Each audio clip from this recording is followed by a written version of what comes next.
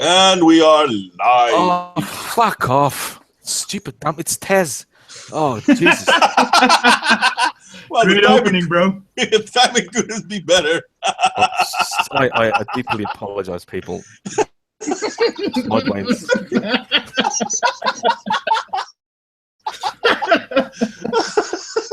Best opening yet. Oh, for fuck's sake. Indeed. Oh, wow. People, if you just look, I'm going to remind people later as well. This is the best opening yet. I'm curious what happened though, Carlos. It's me being stupid, as usual. Oh, well. Nothing bad then. Oh, no. I just... My stupidity sometimes shows, and sometimes I don't see tweets. I see tweets, but I don't see tweets. And that's what gets me into stupid situations where I don't need to explain, but I do explain until I see what I'm trying to explain to that it's useless. So I just fuck it. Okay. Anyway, well, I deeply apologize, Tom. So, Modwain, sorry. That's no problem, mate. That was brilliant, and the timing was absolutely perfect. Couldn't have done that better. And no, anyway, we wanted to get started. We were hoping some more people would show up, but unfortunately, it's the three of us for now. Maybe other people will come, maybe they will not. So I thought, well, last week we were talking about the history of the Roman Empire and the beginning of Europe. We ended on a nice split. I thought, let's pick it up on slavery. Because slavery is a part of human history, no matter where you look. Now, I was hoping Marcus to be here as well, because his Roman insights and knowledge is far larger than mine. But we have Carlos with us, and his knowledge on the different human tribes, so to speak, but that goes back way further than just Europe, is also big. And now I'm getting a message that he'll be right back. Yay! Anyway, so I was hoping to talk about what slavery did with us and to us, and how we dealt with slavery. We made big bank. I'm sorry, mate, I didn't hear what you say. Said we made big bank. Well, that's what people always say. People always think that cultures earned a lot of money because of slavery, but the opposite is often true. Yes, slavery can bring in money because easy work makes easy money, but at the same time, slavery also costs a lot of money, and people kind of seem to forget about that. So yeah, individuals might get richer, but society in itself, probably not.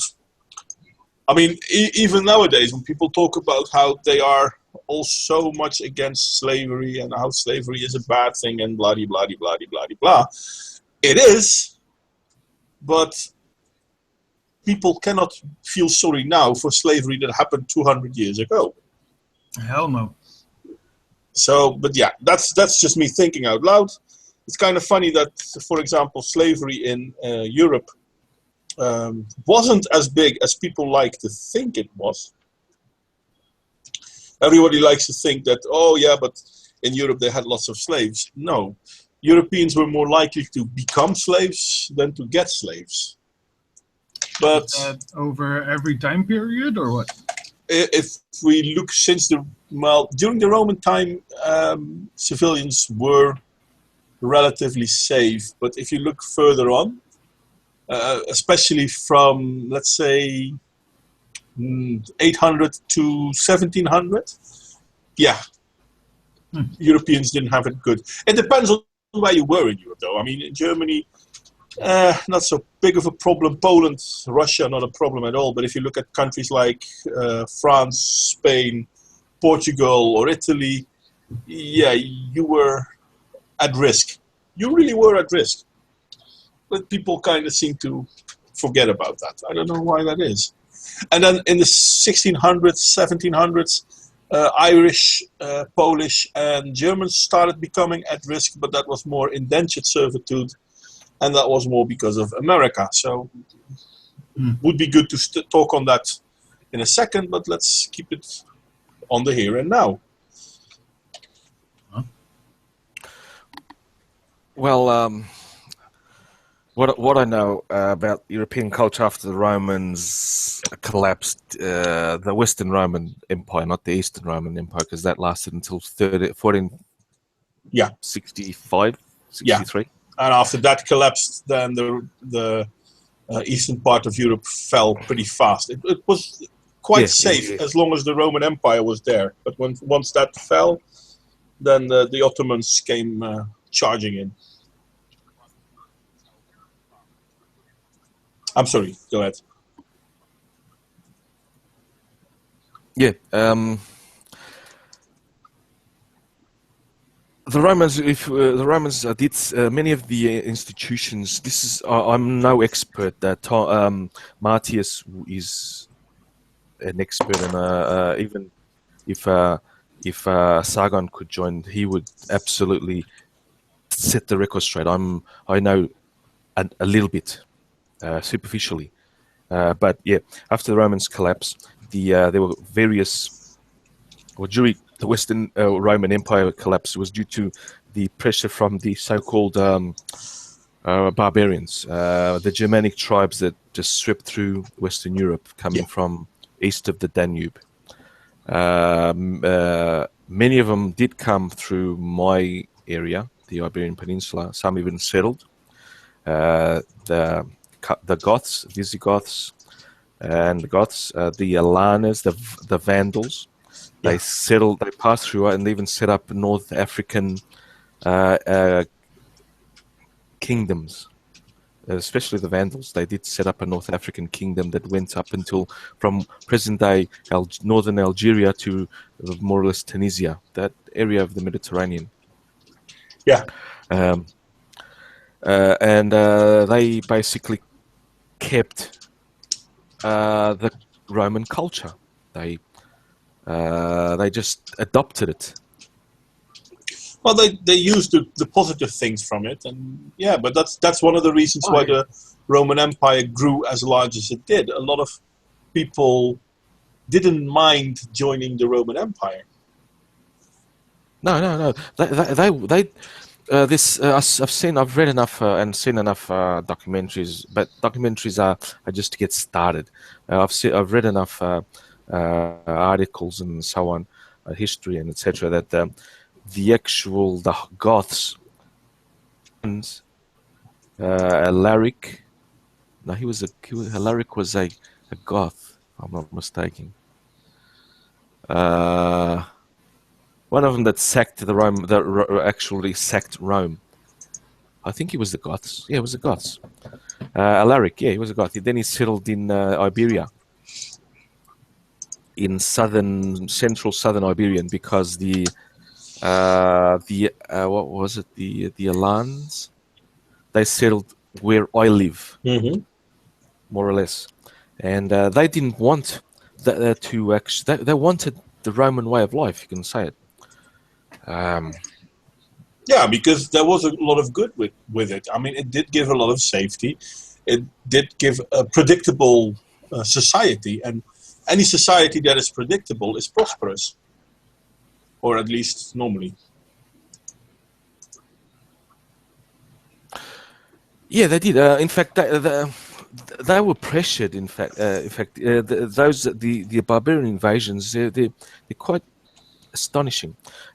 Each successive wave was pressured from the one that's behind them. There were a lot. I can't quote them out of hand, but I know there was the Vandals, the Goths, the Visigoths, the Huns, the Alans. So many of them. There were, and each one pressured. And when they got to the Roman border and basically in the Danube area, they just pile up, and they wanted to come in. They wanted to become Roman citizens. They said, "We'll do whatever. We'll be fine. We'll pay taxes. We'll even learn your language and adopt your customs and that." Except that I don't know which of the emperors. One of them that basically started that shit. He said, "No, stay on your side." No, he bigoted against them. Yeah. Yeah, and they said, "Okay, fuck you, we're gonna fuck you up," and they just started mass. You can almost be an analogy of what's happening to Europe today. It in the Middle is. East. Yeah. But there's no pressure on the East and modern day mass migration that it was before. So yeah. Oh God, I wish Sargon would come on. Well, I've been hearing from Tex. He wants to come in, but so for some reason the link isn't working for him. Who? So that's weird. No? Tex the American. American. Yeah, the pissed off American. Yeah, he was the pissed off teen, but now he's pissed off American. He's trying to get the link working, but apparently it doesn't work for him. Last time that had happened to me, I had to restart my whole browser. Yeah, tell him to do that. Yeah, sometimes that can do that. Okay, that's a good tip. Let's.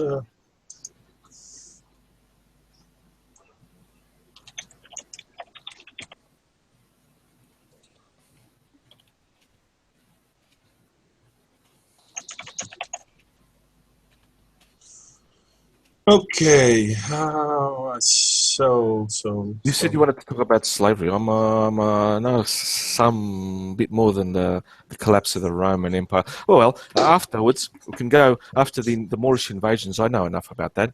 In 7th century, close enough. Yeah. The North African tribes of the Moors, basically, after they were Islamified, started crossing the Mediterranean, and they started attacking first the Moors, first the Goths, the Gothic kingdom, and then they just flew through the Iberian Peninsula, except for one area, which is the Asturias. That's in northern Spain. It's the mountains are the peaks of Europe, the Picos de Europa. That remained a Christian kingdom enclave, while the rest of the Iberian Peninsula, and up to the final battle when Charlemagne beat, God, I don't know his name, but one of the generals, a huge general. They've even made poetry and plays in Portugal about him. And they repelled the invasion in the Battle of Tours in 8-7 or 8 something. After that, the Christian kingdoms that were based in Asturias, and in fact last year I went on a motorbike ride to its capital. It's called Cangas de Uniz. Cangas de Uniz. It's a little town. But it's a little town, but it has the designation of city. In contrast to Madrid, Madrid is not the designation is not a city. When I found that out, my mind just went poof. Whoa, it was awesome. That small detail. They started the southern expansions, repelling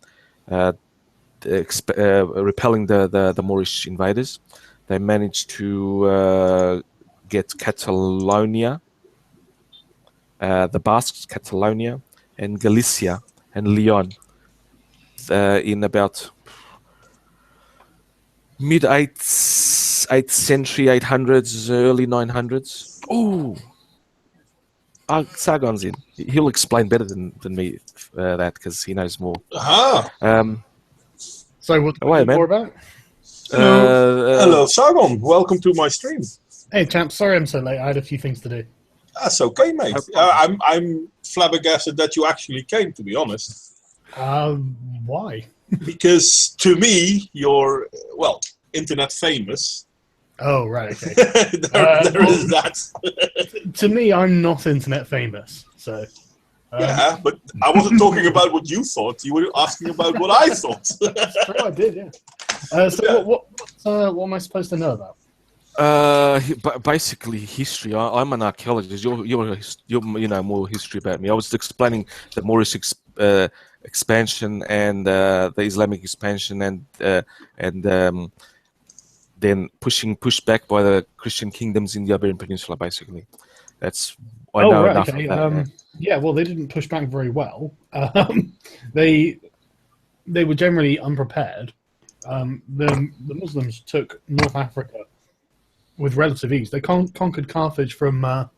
Christ, which one was it that had? Was it the Visigoths who had Carthage? The Vandals, actually. It was the Vandals, right? Okay. Yeah, It's yeah. it's been a while since I've read about it, but yeah, they got defeated basically. They overran North Africa. They built a bunch of boats. They sailed over to Spain, and then they overran Spain. I've read. I read a book about it a few years ago.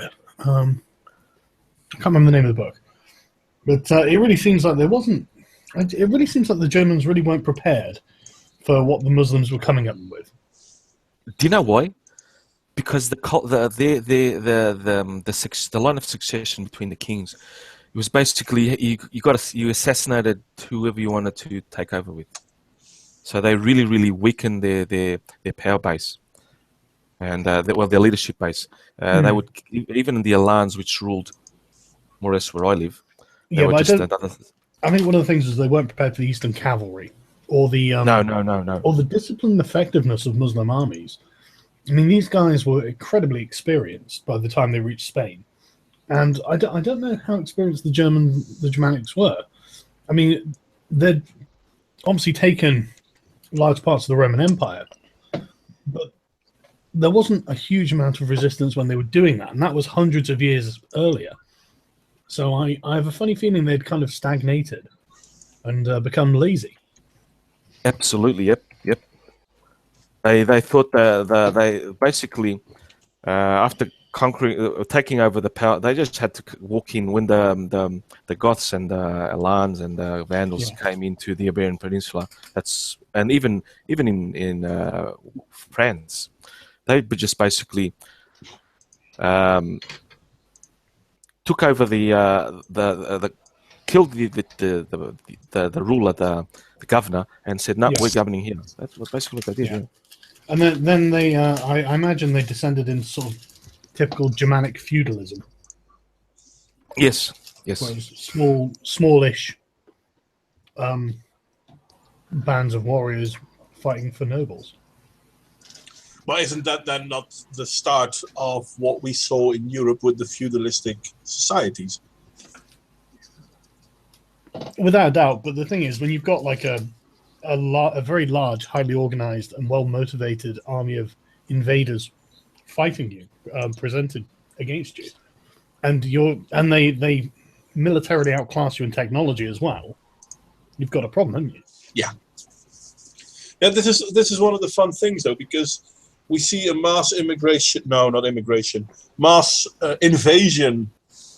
from the Middle East and the African countries into Europe, and yet still everyone is talking about the Crusades that went back, but they're not even close in comparison. I mean, even if you look at all the Crusades going into the Ottoman Empire, trying to turn back the tide of the invaders from the Middle East and Africa. Well, the Crusades started before the Ottoman Empire existed. Yeah, exactly. Yeah, I know. It's the Islamic areas. The problem was the Seljuk Turks. Yeah, they were preventing, because the Crusades happened about 300-400 years after the Muslims had conquered Jerusalem. But the thing is, they weren't idiots and still allowed Christian pilgrims to go there. Then the Seljuk Turks came down from Inner Asia, converted to Islam, and for some reason prevented the Christians from pilgrimaging there. And that was at least Pope Urban's, that was his trump card. I mean, the Christians can't go to the Holy Lands and redeem their sins or whatever they did, so crusade. Actually, the Crusades started basically in Portugal, the Iberian Peninsula. We are, as a result of this, in fact, it was the French and British, well, not British, the Angles or English, let's call them the English nobles that were going to fight to the Holy Land, and our king, well, yeah, he was a king. It was already our kingdom. Henry said, "Could you help us push?" They liberated Lisbon in the First Crusade, the real First Crusade. What year was this? Let's see, 10, late 1000s. We became in the That's I'll just interesting fucking Google because it quickly. I know. William the Conqueror's invasion of England was sanctioned by the Pope, so it was not just sanctioned, but it was basically like a proto-crusade in and of itself.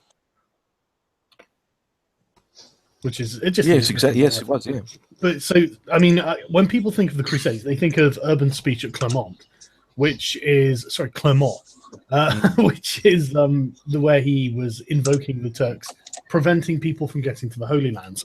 Honestly, when I think back to that speech, it does surprise me that he doesn't mention Muslim gains in Iberia and North Africa and all that sort of stuff. I mean, you would think that Islam itself would be the issue rather than just declaring everyone as infidels or whatever he did. 1147. That's long before the first, long after the First Crusade. Yeah, exactly. Yeah. But yeah, initially, I know that was... his rationale was the Turks are stopping Christians from getting to Jerusalem. So, interesting. Well, I understood that was partly because it was also partly because of the raids into Spain and southern France and Italy to stop the raids a little bit. But it's not really the Ottoman Empire; it was the pre-Turkish then. But I think the thing with Spain is that the Franks had spent such a long time basically booting the Muslims out of France and Spain that it was a constant. It was just constant war. You know, it was a constant. There were the marches, and there was obviously a huge amount that went on. I'm not doing any of it justice, but I guess maybe the issue is that there was already pushback in Spain, and that was already going on by the time. I mean, that had been going on for hundreds of years by the time that the First Crusade was announced. So maybe that's the reason he didn't mention it. Well, yeah, the clearing out of the Moors from Spain, from Iberia, started after the Battle of Tours, where Charlemagne beat them. I can't remember the commander. It wasn't Charlemagne; it was Charles Martel. Yeah, Charles Martel, exactly. Yeah. Sorry, I confused the two. Basically, so I apologize. But yeah, Charles Martel. He beat. They made song. We have a play. In fact, I saw the play last year of that battle, because one of the nobles of the Christians fell in love with the daughter of the Moor, and she converted to Christianity, and it was quite touching. So, do you know what I find? Do you know what I always find really interesting? Is modern day apologetics for the Muslim invasion of Europe through Iberia. I have read quite a few in my time, and I'm always baffled by just the lengths that they go to presume that the Muslims weren't really trying to conquer. And it's just like, okay, like let's hear your argument. Then they will say something like, well, I mean, it was just a small raiding force. It was 80,000 men, led by the elite heavy cavalry of the Muslim armies. I don't believe that is a small force, and I don't think they were just there to raid, given they had conquered everything from Arabia to France, basically. They had conquered and held it, right? They moved their capital to Narbonne. If I recall correctly, that is actually in fucking France. You know? It is, yeah. It's you know, and Charles Martel basically he fought like, what was it, like 2 battles against non-Muslim opponents, and he spent his entire life kicking Muslims out of French cities. And it's just like, look, I refuse to believe this is just a raiding force. You are talking shit. I don't understand the need for apologetics in this instance. You know, the Muslims come over with a supremely powerful force, and they were contemptuous. They thought that the Franks were just barbarians, and really they were. they were contemptuous of the Franks. Like, was it Al Rahman, the Muslim general, right? He was a really experienced general. He was really good. And for some reason, he decided not to send out any scouts or anything like that. It's like, okay, that shows a deep contempt for your opponent. And it's the reason he lost. That's why he lost. He didn't think they were worth anything. And, I mean, there's no reason to think they were, really. But, be careful. Well, they didn't. Sorry, battle have been lost because of that, hasn't it? Sorry, say again? Said many a battle has been lost because of that, hasn't it? Oh, absolutely. Absolutely. Yes. And many a battle's been won just because of good scouts. Because people have found out something about the terrain or the disposition of the enemy or something like that that's been used to their advantage. And you find out something that you weren't expecting. Yeah, I mean... Like the Thermopylae thing, right? Yeah, absolutely. I mean, Hannibal would go and scout out battlefields personally so he could see the lay of the land and see what options he had available to him. Well, he had to. I mean, but that's what makes a good tactical commander. I mean, you have to know what you're up against. It's Sun Tzu's whole thing. If you know your enemy and you know yourself, and in a lot of cases, it's better to get a first-hand account of what you're going to be fighting in, as opposed to sending out someone who can report back, because third-party or second-hand information can be incorrect or misinformed. No, exactly. You know for yourself, so you've got. I mean, you couldn't have a better impression of it unless you see it yourself. Exactly. So, yeah. Which is why satellites are an amazing invention of the 21st century. They kind of didn't have them back then, though. No, but I mean, imagine how different the warscape would be if they did. Oh yeah, oh yeah, that would be not even a small difference. That would be a massive difference. The Moors had a weakness though. They couldn't conquer a small area of Iberia called Asturias. Yeah, but do you know where that is? I went there last year to the actual. I rode my bike there last year. How mountainous the city? Was it? Oh fuck, man!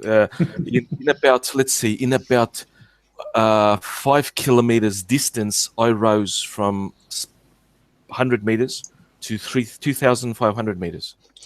Yeah, I can't imagine why the Moorish cavalry didn't do very well there. Yeah. But it's amazing that cavalry did as well as it did, to be honest, considering. Yeah, I agree. The cavalry was a powerful instrument until the longbow was invented. True. Even then, it was still powerful. It was still powerful. Cavalry only stopped being powerful with the advent of the gun. Absolutely, automatic guns. That. Wow. Yeah, it was used in World War One. Yeah, I was going to say that was effective all that time. Oh yeah, absolutely. Actually, after World War II, I think it was last used. One of the earlier German offenses was used on cavalry. Yeah, the Poles. Yeah, the Poles. But they actually did have an active cavalry. But yeah, the Polish cavalry was still horseback, where the German cavalry was tanks. So yeah. There is that. The Middle East, Israel, Jordan, Syria, all those countries from the Australian Anzacs used cavalry against cannon, and they were fast. They were fast, so they couldn't. The Ottomans, when they tried to lower, the horses were already below the range, below the actual aim site. That's how they conquered many cities in the Middle East, the Anzacs. With horses? With horses, yes, cavalry. Yeah. Against cannon. Against cannon, yeah, exactly. That actually makes a lot more sense than you might expect. Yeah, cannon. If you can't hit what you're trying to hit, it doesn't matter how strong you are. If you can't land the fucking punch or the blow, in this case, you're not going to fucking win. You're not going to get anywhere. Yeah. The Anzacs basically lost Gallipoli. Yeah. But then they regrouped in Egypt, and they conquered from there to Syria, basically, to the borders of the Ottoman and where Turkey, modern day Turkey is. Not just the Anzacs, of course. There was a multinational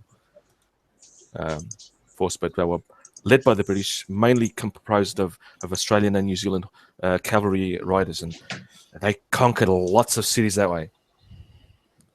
Lots of strategic positions. And I'm actually quite proud of them. I always celebrate Anzac Day. Coming from a Portuguese, that's surprising. Yeah, just a bit. Well, I am a Brit, so I am, as everyone knows. Huh. But yeah, after I had it here. The conquest of the Umayyad conquest of Hispania, led by, let's see his name if I got it here. Tariq ibn Ziyad. He disembarked in 711 in Gibraltar, and he just fucking steamrolled up to, basically up to the, up to Tours. Then there were a couple of more invasions, but well, it sounds like it's nothing, but these are quite powerful pieces of history. And the reason why we always like to hear stories like Thermopylae or whatnot is when a small group of people actually stop a large force. But stuff like that did happen, and it did happen a lot. But yeah, there's a reason why it didn't happen always, because simply if an army is well prepared, then yeah, you can take out a panzer brigade on horse. I mean, There's no way. no. We weren't really. Oh, that. Yeah. Well, I mean, They just hold out for a long while. Well, in a way, that is something. True that. If you're outnumbered 40-1 and you still keep them at bay, then yeah, there is something to be said for you. It's like, what? No matter, they're in our history book still. Of course, you could always lie. Yeah, no kidding. How do you mean lie? You can bluff your way out of any situation if you've got a big enough gun to hide under the sheet. Well, yeah, you can actually. Yeah, look at the Clintons, for example. I wasn't going to say the Clintons. I was actually thinking, wasn't the Polish invasion force, didn't they hold out by basically lying through their teeth, saying they had a bigger army than they really did? No. Look at the phony war. That's another good example. No. Poland lasted longer than people thought because of, I forgot the name of the place, but there was a small force stopping the German invasion. The Americans under were Warsaw. Poland. Poland basically, If Russia hadn't invaded Poland at the same time, the Germans would have had. I think the Germans would have had a much harder position, had trouble invading the Poland. It would have dragged on much longer. But you have the German about 3 million soldiers in coming from the west, plus about 2.5 million coming from, I don't know. The 2.5 million Russians, I don't know how many they were. I'm just saying a number, but an equal amount coming from the east and squeezing you shit. Yeah, and I the think outcomes. If you look at from a Polish standpoint, I mean, you had the Battle of Wisna, which was the invasion of the Germans, and they were pushing to get to Warsaw, and they had to pass Wisna, and there were roughly 800 soldiers defending the encampments. And the Germans came with 40,000 infantry and 350 tanks and a bunch of howitzers and mortars. And they had aerial supports. Yeah, the 88s. Yeah. Superb guns then, yeah. And they held out for, what was it, 3 days, 4 days? Something like that. Oh, yeah, bad like that, yeah. And, okay, eventually they lost. I mean, who would have thought otherwise? You've got 800 people trying to stop 40,000. But they did keep them at bay, and this is something that the Germans did not expect, because they really thought that their blitzkrieg would overrule Poland. In event, it did, but it took them almost 4 days to get past that point. You have a similar story in where is it? In Belgium, where the Germans wanted to go through the Ardennes, and Belgium had already capitulated, but the soldiers defending the Ardennes weren't notified, so they still defended the Ardennes with, I think, less than 100, maybe 50 or something, and they lasted several hours. They basically also stopped the advance of the German army. So small groups of people, if they are well encamped, can do a lot against invading armies. Yeah. If the invading army is big enough, sorry, you're just not going to do enough. Yeah. We sort of strayed a bit out of the time zone, but it was interesting. I know. I should keep a track on what I'm doing. I seem to be the arbiter of control. Sorry if I. Yeah. No, go on. By all means. I guess somebody does it. Yeah. But to be fair, every great adventure does start when you stray from the path you're supposed to take. Oh yes, there is that. It brings insight. That's why I sort of let it go on a little bit. If I know I'm not that this is not my hangout, but I do the same in my hangouts. I can see it getting interesting. That's why I don't stop it, quote unquote. But well, I think we've covered we were going to talk about slavery. Slavery as well, yeah. Yes. Which is part of the invasions. I mean, if you look at the Roman empires, they had slavery. The Germanic tribes had slavery. The Vikings had slavery. Now, this is something I know something about. Every culture, and I use that term as it should be used. Every culture, human culture, to differentiate groups of people, different groups of people, even though the same. ethnic type background. Yeah, as I've established that I don't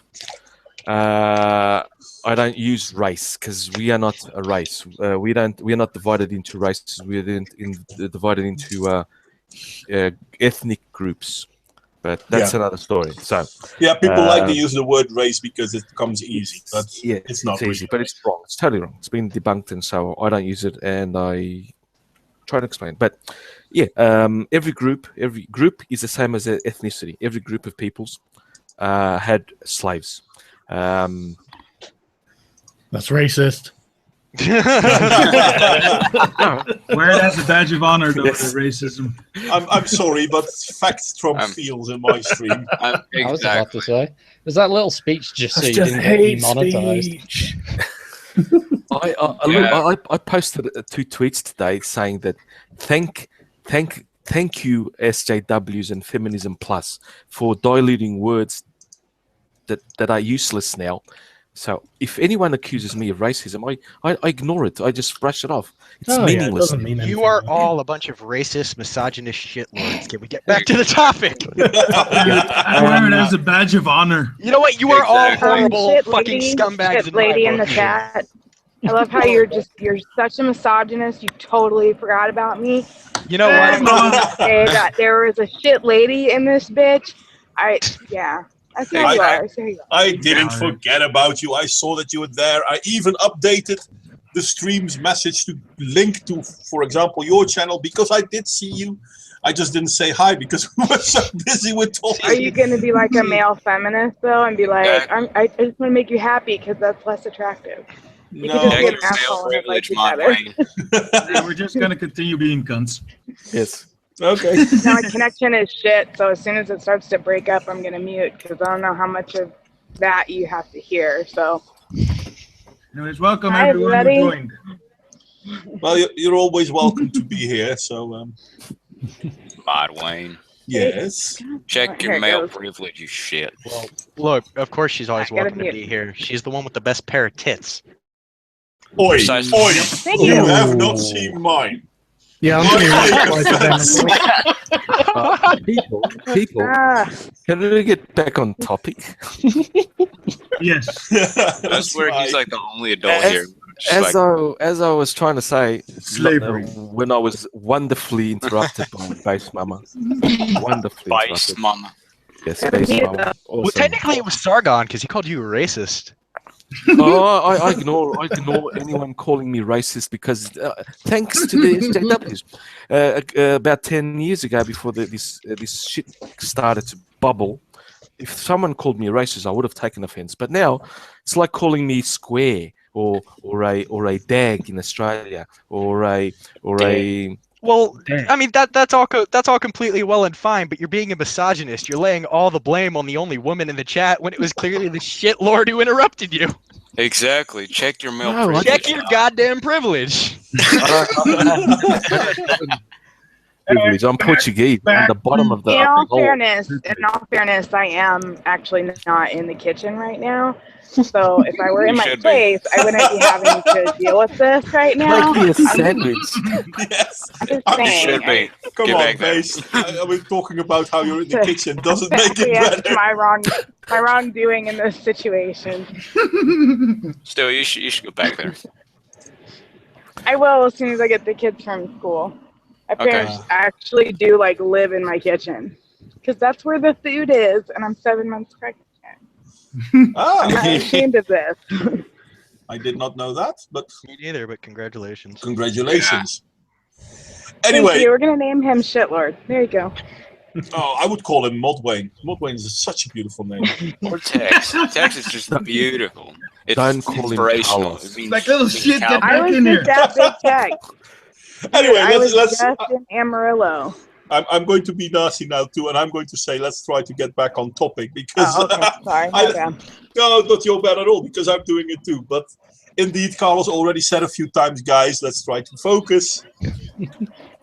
Slavery in Europe. Slavery in Europe. Sort of, I think what I see that the European slavery situation until the discoveries was different from what it became later.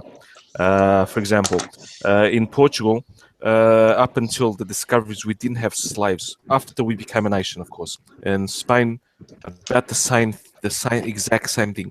Of course, we had the indentured. No, we didn't even have indentured servitude. As in the northern parts of Europe, the what's Sargon? Help me here, man. What's it called? What are we looking for? Sorry. The slave. The indentured servitude that was prevalent in Northern Europe. Serfdom. Yes. Yes. Thank you. Yeah. By about 1000 AD, slavery in continental Europe had died out basically. Yeah. Because the church had suppressed it based on religion. They were like, you shouldn't have Christian slaves, and so slaves just converted to Christianity. But even if you look at it before that, because as I said, I like to think of myself as knowing a little bit about the different Viking cultures. If you look at slavery between 800 and let's say 1100 in the Viking cultures, a slave wasn't to be mistreated. So the role of a slave was very different as what people nowadays think of what the role of a slave is. Well, people don't understand that there's chattel slavery, and that's not the only kind of slavery. Because, I don't know, we hear the story a lot, so that's what we think of as black guys in chains. Even if you look at slavery as chattel slavery, I mean, if you look at American chattel slavery, because that's basically the only real chattel slavery, but if you look at other slavery that you can more or less seem to be the same, in the Western world, slaves were not to be mistreated. If you couldn't treat your slave right, you were not allowed to have slaves. Or at least this was true in the Germanic cultures. And it was regulated. Well, because it was a trade and it was a commodity, so it was also subject to regulation. Not that it makes it any better, but it would have been regulated. There would have been, you'd have had to keep up with things. You had to sign contracts when you bought slaves here in the U.S. You had to sign a contract because somebody's selling a slave. Like, let's say they had a woman and she had 2 kids. They might stipulate that whoever bought them kept the mother and children together as part of the deal. But the man could be sold off. It depends. It was whatever.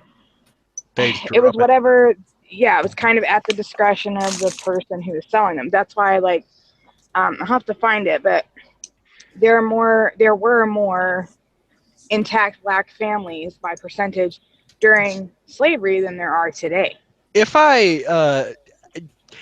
this is literally the first time I'm hearing about that.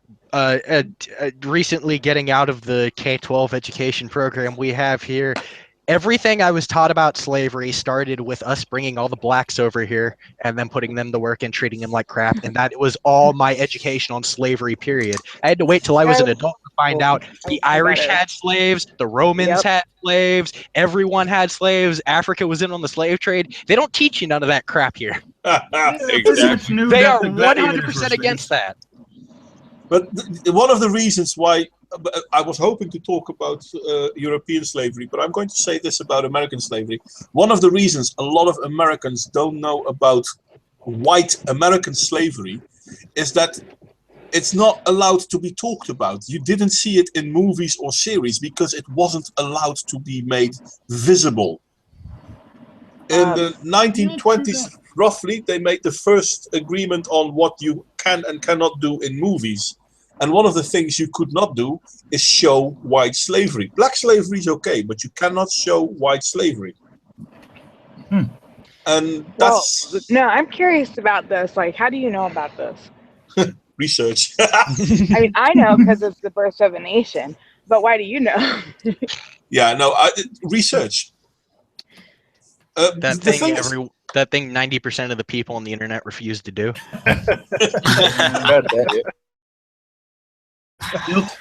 I think I mentioned it in not my last video, but the video before that. I'm not quite sure. I think. Yeah, but I'm saying, like, what's the document? You know, how do you how can you prove that? Oh, will you silence your inner Christy Winters and let the man talk? Hey, look, I have to debate with fucking idiots too. Okay, so I like when they shitpost me with their "you're a racist, misogynist, history denier, science denier, whatever the hell." I like to just spam them with. Didn't I put a link on it? I'll check. I thought I put a link on it.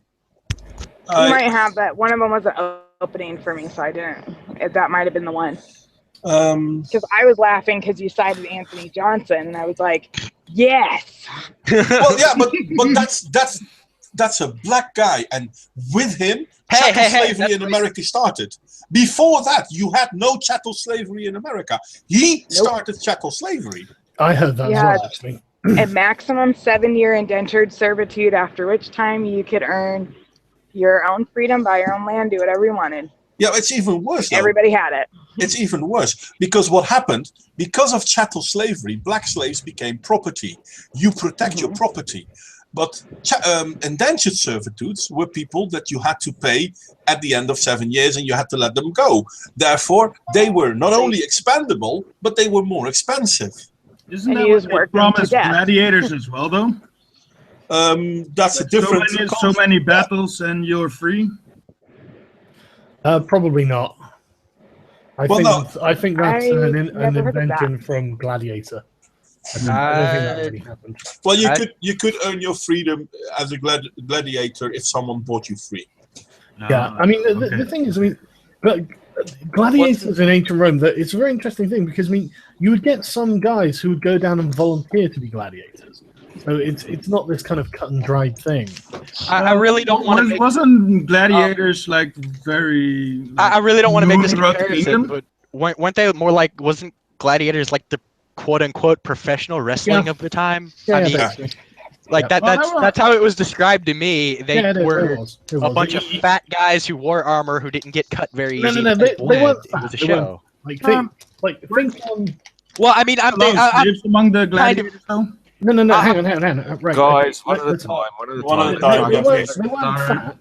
They were husky because they were fed this what was it? This specific type of meal that was very high in calories, basically, and it did give them a layer of fat, but they weren't like beer belly. High in calories near Italy. Was it pasta? No. I can say that. I can say that. My dad's Italian. It's not racist. I can say that.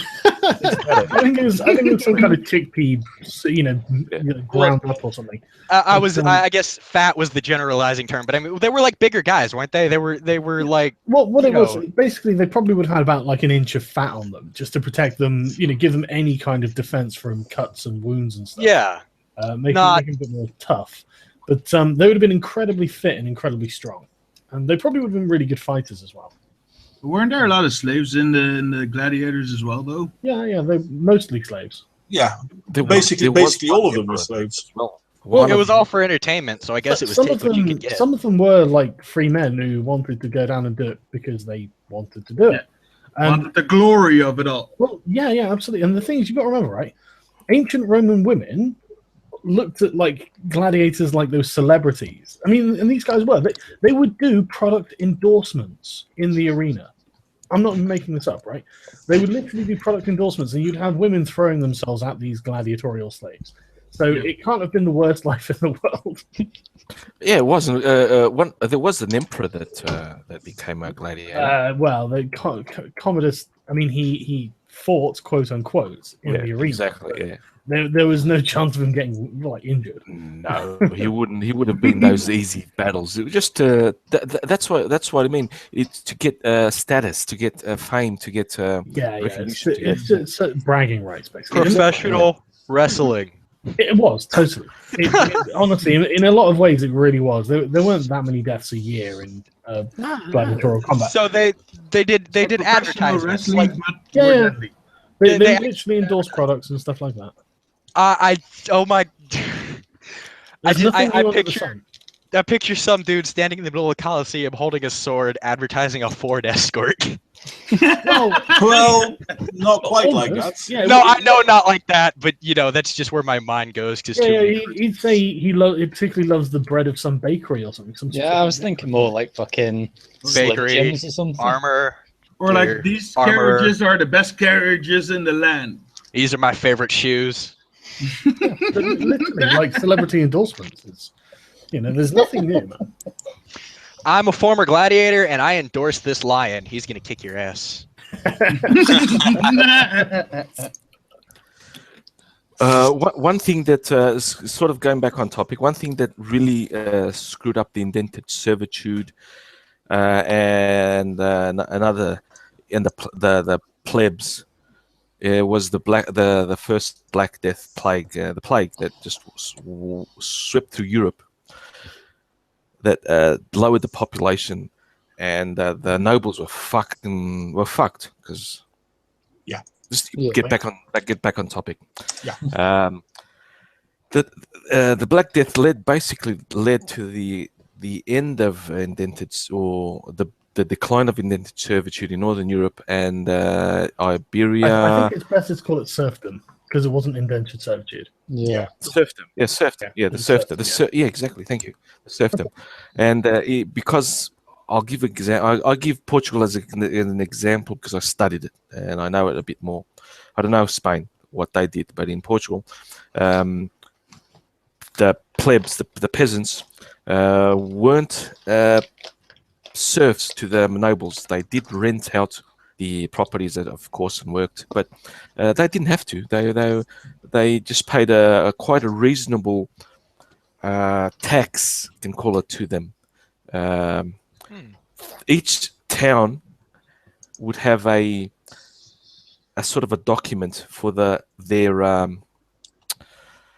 county, and that county had to provide X and Y materials per year to the king. We had one where I live. Where I live used to be a county, and it was given to us by our first king when he swept through here. 11. The beginning of Portuguese history, of the Portuguese kingdom. He was just consolidating his power after he beat his mum up, misogyny. He imprisoned her. And he was trying to claim the lands, which now is Spain here, close to me. He wanted to go a bit further because the lands were supposedly his, but he got beaten by his cousin. And Well, he should have gone south, and I reckon he should have gone south instead of north. But that's just me. I wouldn't mind being part of Galicia. Would have better pay. But yeah, so each town would have that document. Was called let me see if I can remember it. My memory's not very good. It's a contract where each town would provide this and that, a measurement of grain, certain amount of ox, cattle, sheep, and per year they would deliver to the king. And our particular area, because we've always remained, after we were conquered for our first king, we've always remained loyal to the Portuguese crown. Where our town centre is now, our second kingdom, Don Fernando I, no, John the First of Portugal, he had to fucking invade that castle in 1388.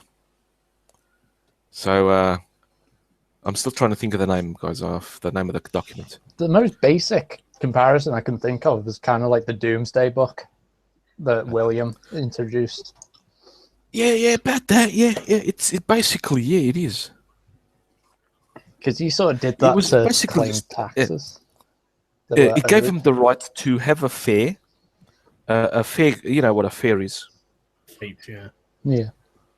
Where they sell goods and services. Yeah. Goods and shit. We stopped ours, but we still have them in here in Melgaço, the town centre. It's every Friday. The fairgrounds and the actual fair. They sell clothes and shit. Gave them that right.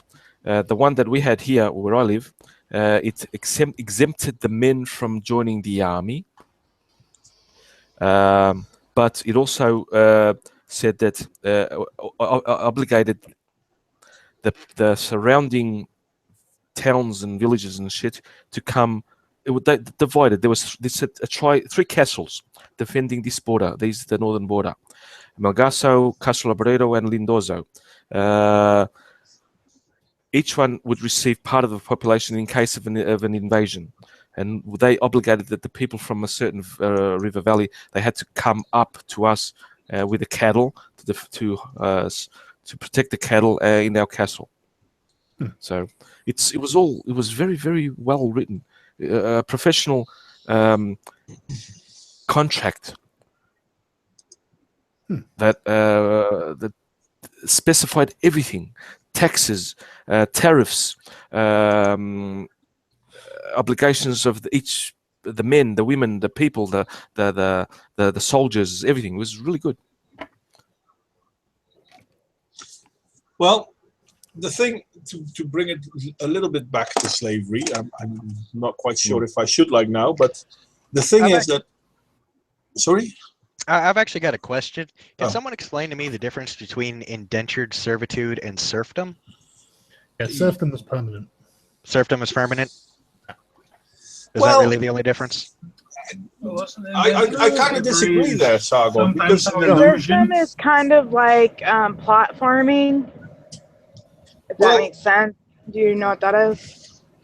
Where you sort of rent a piece of a farm and farm it, and then you give like the owner of the farm like a piece of that. Oh, yeah, but you're not allowed to leave the land. A little bit like that. Not exactly like that, but it's kind of like that. Well, it's like the American version. One at of a it time, is like people. I'm sorry. Go ahead. The only experience I've ever had with the word is when I played Mountain Blade, because the American education system sucks.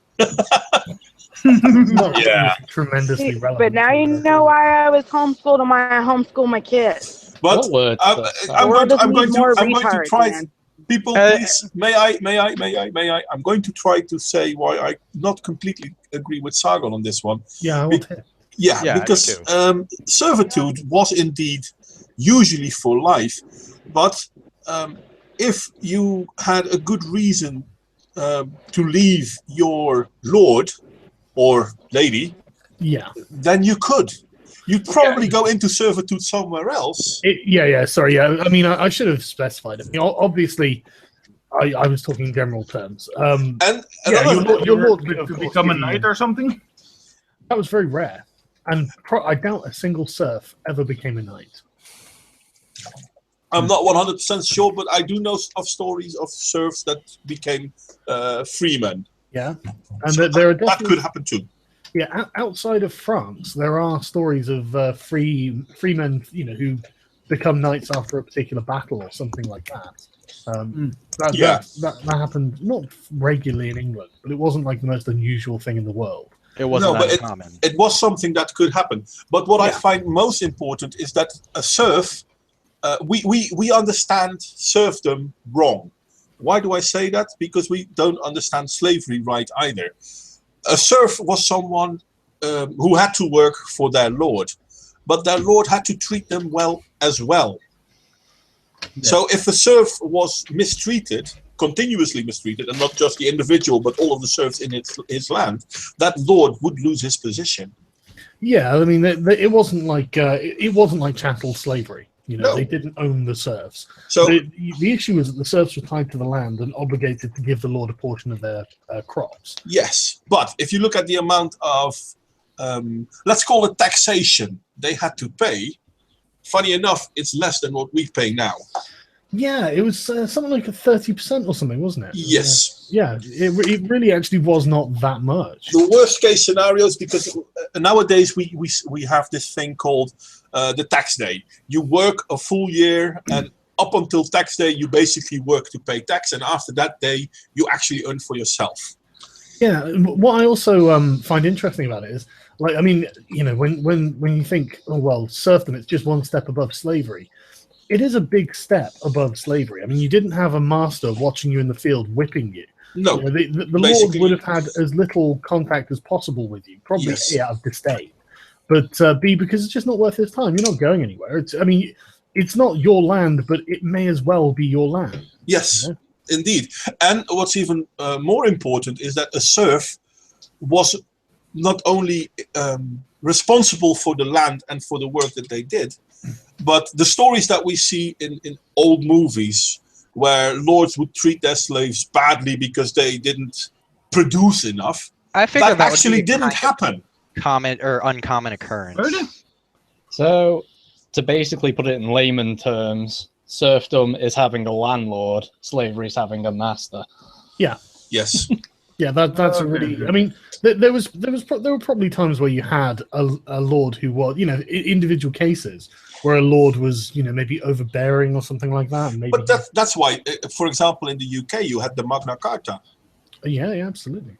This is the thing about serfdom as well. It must have been tolerable to go on for such a long time. But yeah, it was. Actually, a serf back in the days would have had a better life comparably than we do now, funny enough. No. Yeah, I'm not sure that's true, but I mean, it certainly would have been better than, say, a sweatshop worker in, like, Victorian England or something. It would have been better than being broke, poor, dead on the side of the street. Barely. It would be better than being a high school student. Depends on the Especially country. in this climate.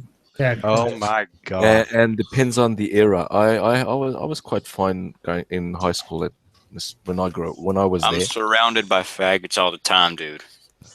Being surrounded by feminists. Yep. Oh god. Um, I'm surrounded by Mark, feminists, you are so- doxing yourself right now, mate. You're showing your face. I'm not sure if you want to, but I'm sorry. yeah, I don't mind. If you want to, it's Yeah, okay. put that away, dude. I don't really care, but whatever. Okay. Since nobody Well, else is doing it, I won't do it as well. I've shown my face enough. I don't have a wanna scare webcam. them. I don't have a webcam, and I don't like any of you. So In Oh, again, my God.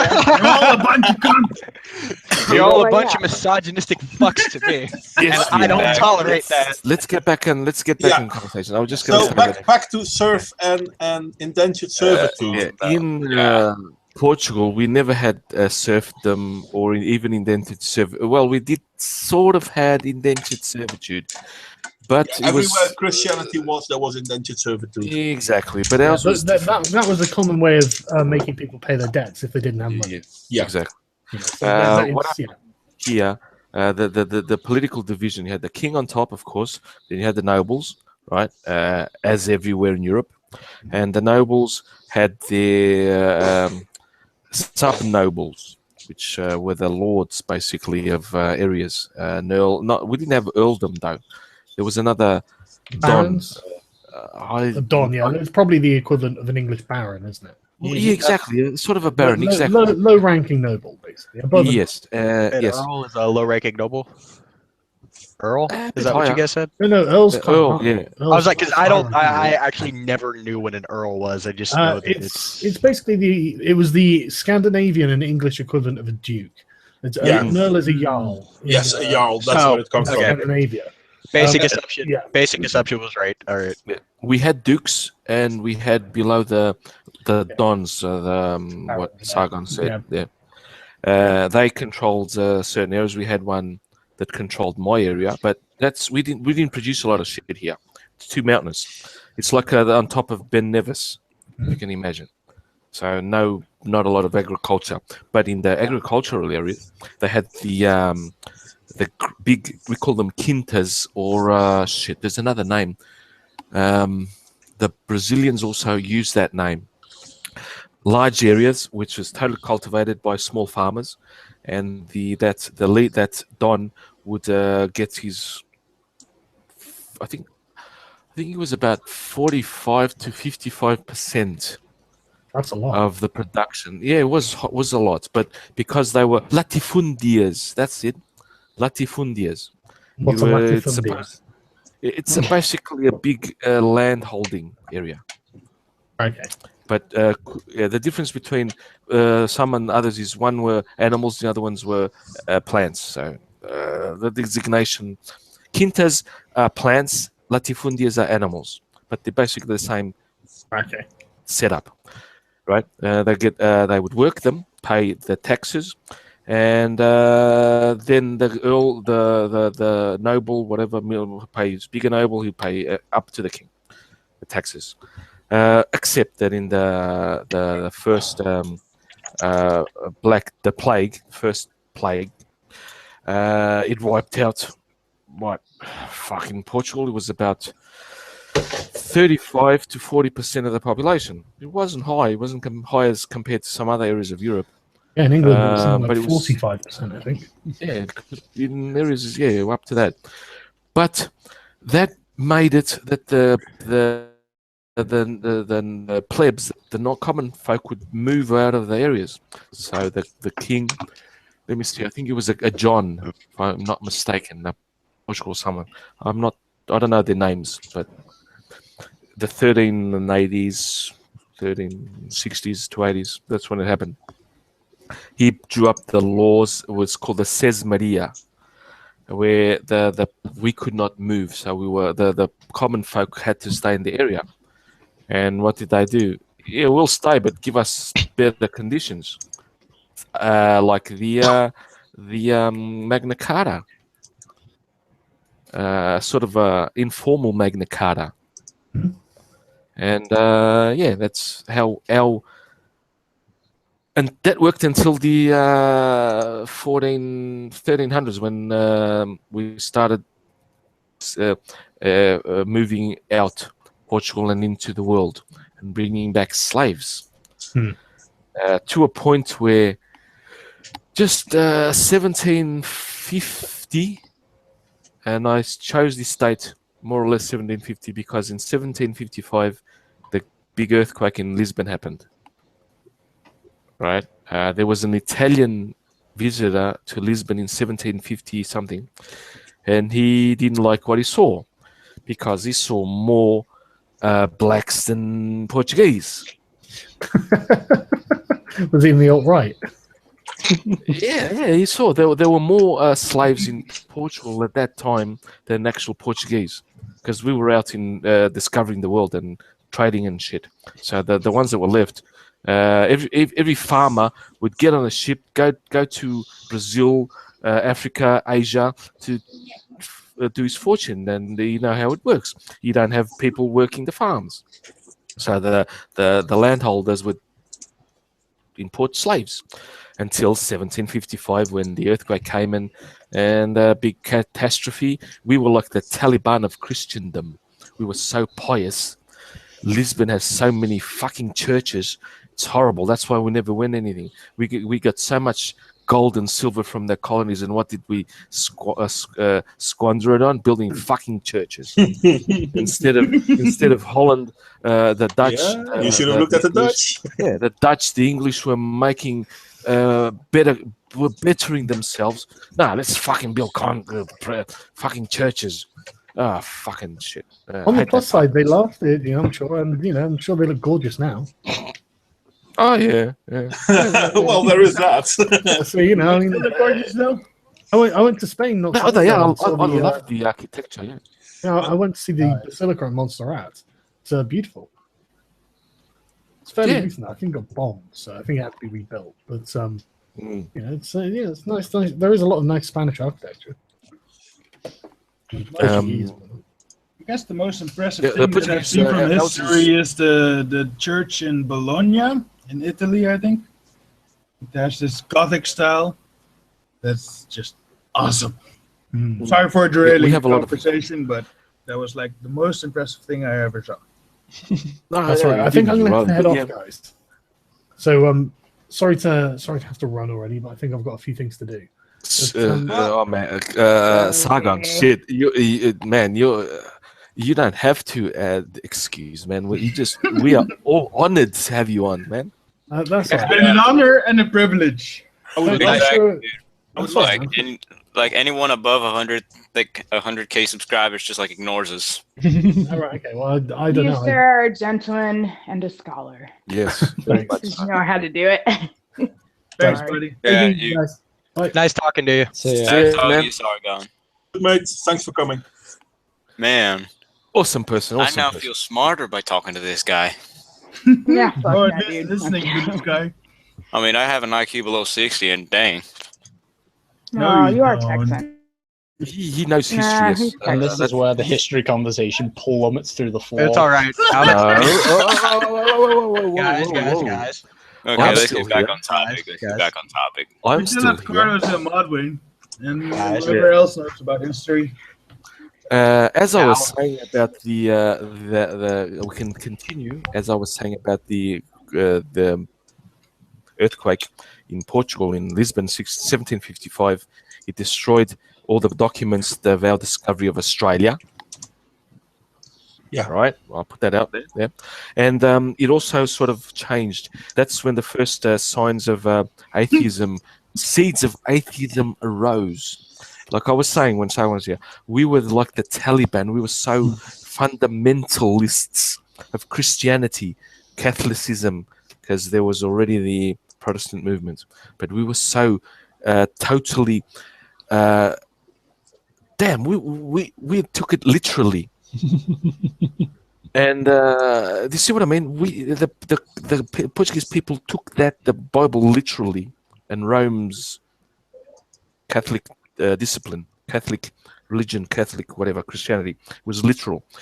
So when that happened, people started questioning especially I think we gave rise to the Enlightenment, where they started to think, shit, if God punishes the most pious country on earth with an earthquake and destroys his own churches and shit, they haven't had literally, well, not literally, but they had no sins in the eyes of period. Because we did have slavery, but it was okay in the the Bible period. says it's okay. Yeah, it was okay in the period. It's not okay now. I don't apologize. Shit, we started the fucking Atlantic slave trade. I thought that was the Dutch. Answer for yourself, Modwain. No. The Dutch were not in Africa. You fucking the Dutch asshole. Yeah, the Dutch didn't really start it. We took it over though, together with the English. Yeah. No. Where's a Dutch colony in Africa? South Africa. There isn't. Kaap de Goede Hoop. I love how we're arguing Yeah, about but who the- decided to take slaves first. No. Who We're not brought him arguing. across Actually, the Atlantic? he I always has say, a don't point. blame me, blame the Dutch. Should I be saying blame No, the he has a Portuguese? point. Modwain has a point, but there was no slavery stations in South Africa. No, there weren't. But then again, even the Dutch slave traders, they were just traders. They didn't go out and wrangle anything. They bought them from who They would buy them. They would buy them from the they Portuguese would buy them ports. from the Portuguese. Yeah. Exactly. So I'm not going to apologize for that. No, there's nothing wrong there because the Portuguese didn't go out and capture them either. No. They were just Well, it traders wasn't like as you well. were doing it. Shit. We Like, was there any money in it? Yeah. Okay, we're in that shit. Yeah, that's a trader's mentality. Yep. Money makes the world go round. the Portuguese. Come on, guys, give Costa Carlos. Carlos. Yes, Carlos. Yes, sir. This is all right. The Portuguese people were not bigoted against other. In fact, the Portuguese sailors were, whenever they saw a woman anywhere on earth, they would marry it. I believe that. Had I know no some Portuguese qualms. dudes. We love women. Yeah, that's Shit, true. that's a bit. Yeah. Yeah, we all do. But do you No, see? like they love no, women. The Dutch Like did more not. than Italians. Well, the Italians didn't have a global empire, but Portugal did. And whenever the Portuguese sailors would stop at a place and set up their fort to whatever trading shit there, as soon as they saw the woman, you're mine, come here, I want you, and they would treat them as a wife. No, not as a thing, as an actual equal wife. As if she would be, yeah, as if she would be exactly like if she married her in Portugal. That's why today you still have in Malacca in Malaysia a small enclave where they speak Portuguese and they still recognize that they were Portuguese because the men were lovingly awesome to the locals, at least the female kind anyway. It's a bit of lighthearted. But yeah, Well, I mean, you don't have to like That's kidnap sexist. and rape their women. You just, are better at it than their locals are, I guess. well, What are you gonna say to that? I mean, it's just the exoticness of seeing. Well, that's how the cancer of man spreads, right? Men are just better at raping than the other men next to them. that's true. Exactly, man. I mean, I'm just being honest, guys. It's the truth. We're all It's rapists. the truth. Yeah. I mean, we're all. I mean, we're born that way, dude. We can't deny that. Hey, I don't get that Lady know. Gaga No, shit just out of shut here. up. You're listening to too much Stephen Shives. Shut up. $1 to the swear jar. Not Listening allowed to to too say much that who? here. Stephen Shives. Shives. $2 to the swear jar. You have to stop saying it, or you're gonna owe me a lot of money. You Steve, probably you're don't not know who it swear is in 'cause my it's already house. blocked you. About swearing, mama. Just out of interest, who's in the club of preemptive blocking of by Steve Shives? Oh, I dude, am. I was in the club before I even knew who the fuck he was. Yeah. That's what I mean. Exactly. Yeah. I don't really even know, to be honest. Yeah, I was nobody following did. no one. I was an egg and got blocked and still haven't I figured that think one out. everyone gets that privilege as soon as they fucking create a Twitter account, to be honest. No. It's who you interact with. Yeah, I've if you know tested it. someone. Yeah. Oh, I know. I'm I just saying.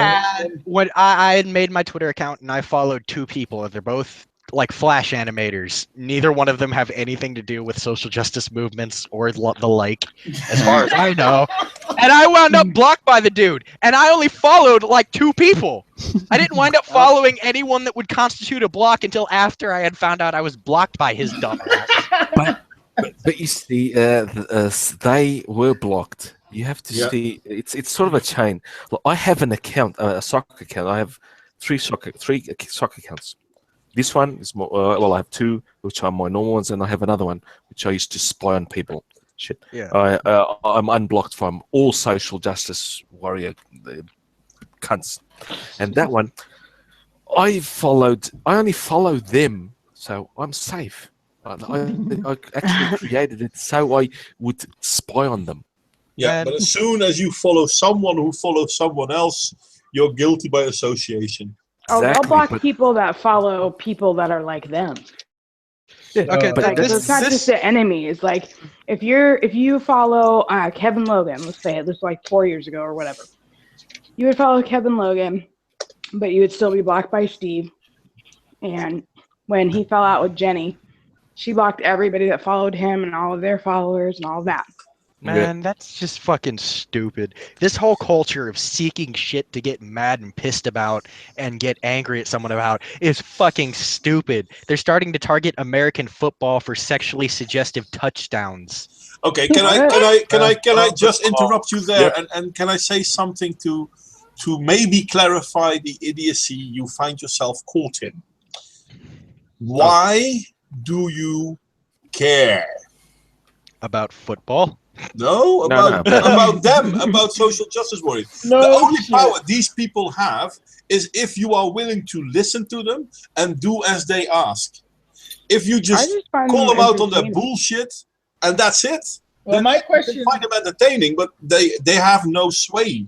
Well, that's what you're supposed to do, but now they do have sway. They're banning the use of male and female in a Washington State college on fucking papers now. Oh, that made me so mad. Yep. You can't even say it in class. You can't fucking make sexually suggestive touchdown catches in a game. We are penalized. What does that mean? Oh, you can't even say man up in this one college. Fucking, Yeah, we're going I had to- watched the video and it looked like he was fucking shaking his ass when he caught the fucking football, and that was what penalized him. Really?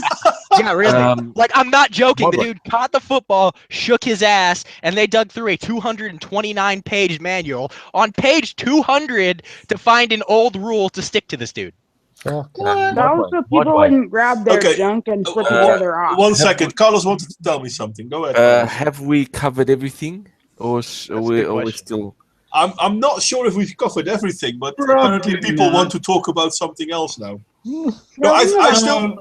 I could. Got a lot to say on it. Yeah, If Matthias was here, we could continue. But I'm an archaeologist. I sort of don't like history, but I like history. I'm more Alrighty. history.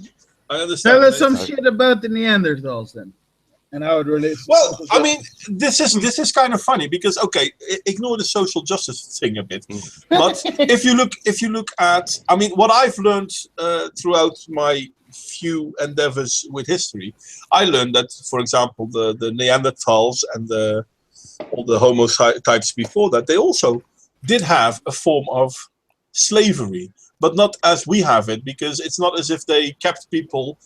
No. Because they had to feed them. No, because they had to feed them. And you can't. No. Thought that people before us were more like animals. Right in the stream. No, slavery only arose after agriculture. That's why I sort of hate history, because I hate the adoption of agriculture. Well, that's kind of interesting because I read this book from John M. Allegro about the use of psychedelics and all that kind of stuff.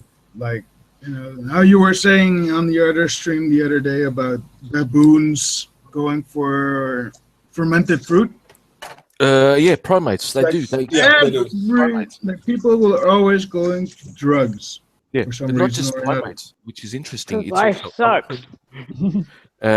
it appears to be animals that have a quote unquote high intelligence. Elephants search for the fermented fruit as well. Hell, dolphins will chew on I think it's a type of sponge or it's a particular animal, but they'll chew on this animal to get stoned. The pufferfish. Exactly. Yeah. That's what it was. It also brings something in the brain, doesn't it? Yeah, it appears to be that the higher intelligence level you have in whatever, you need something to shit. Drugs. You fucking need to get high. I actually have an idea about that. Me too. Okay. The more intelligent that you will find different species, the more self-aware that they become. And once you have something that becomes either totally self-aware or partially self-aware of what it is, you start to introduce the aspect of boredom into their lives. And when boredom is introduced into any, I'm being 100% serious. When you introduce boredom into 100, when you introduce boredom into any group, any person, anything with any level of intelligence that can think for itself, it will find something to occupy the time. Yes. Regardless of what it will find something. Yeah, there is a test to prove any animal, including humans, of course, because we are animals, if they are self-aware or not. Just put them in front of a mirror. I do that with my dogs all the time, and only one of them doesn't know that he's not a dog. I hate the fucking mirror. Like I have I've done that before. I have a full wall-length fucking closet mirror in my parents' bedroom. I have absolutely no clue on which animal species, except humans, of course, even our closest primates. I haven't read a study. That's because I haven't read it. I know they are out there, but I will read it one day because I love reading shit. And I you first. I will assume. I haven't read it. This is shit. I'm assuming now that the bonobos and they are the closest, genetically closest relatives we have. The bonobo chimpanzees. Yeah. Really? They're close. I thought it was one of the apes. They are apes. No, one of the big apes. Sorry. No. They are the gorillas. You mean the one in the White House? Oh, come on. No bigotry, thank you. The bonobos are closer to us. Then we have the chimpanzees, which are next, the other chimpanzees. And the gorillas are a bit further down the thing. But the bonobos are close to between 94 and 96% of us. Okay. So, the genes. Thank you, Carlos. Carlos on the chat. Carlos David. I think personally I don't have the studies, so I will get them. I will read it, promise, and I will even make a video of it because I love comparative archaeology. It's one of my favorites. It was one of my favorite subjects when I was studying archaeology, getting comparative studies and applying them to our ancestors, which can be done. And I think they are also self-aware. If you put them in front of a mirror, they know that they're looking at themselves. Yeah. And I think there's also a parrot in New Zealand that also, I think there's also a parrot in New Zealand that also is self-aware. Shit. I can't remember their name, but they are so fucking smart. I mean, maybe I'm stupid, but... No, dolphins are self-aware too, if I'm not mistaken. But I think there are lots of animals that are self-aware. There isn't, no. There actually isn't. Well, if I look at, for example, dogs, cats, we have rabbits. They seem to be self-aware too. Or they seem to have a somewhat sense of awareness about them. Yeah, that's different from being self-aware. Yeah. You see, if they're on heat and you put them in a male, you have a female or they're on heat and you put them in front of the mirror, they'll attack the mirror. I think that's a relative. That's the test. Okay. If they attack the mirror. I put my dogs in front of a mirror and only one of them will attack the mirror. The rest of them will either look at it or ignore it. Like they look at it, they recognize themselves, or they see something that they don't care about, and then they'll just walk away. Only one of them will go to attack the mirror. Isn't it more the latter than the first one, though? Yeah, more because they don't care. Yeah. Because they don't see the threat. I would think that, but they're really high-strung. Like, they will go out, they'll fight amongst each other if the female's in heat.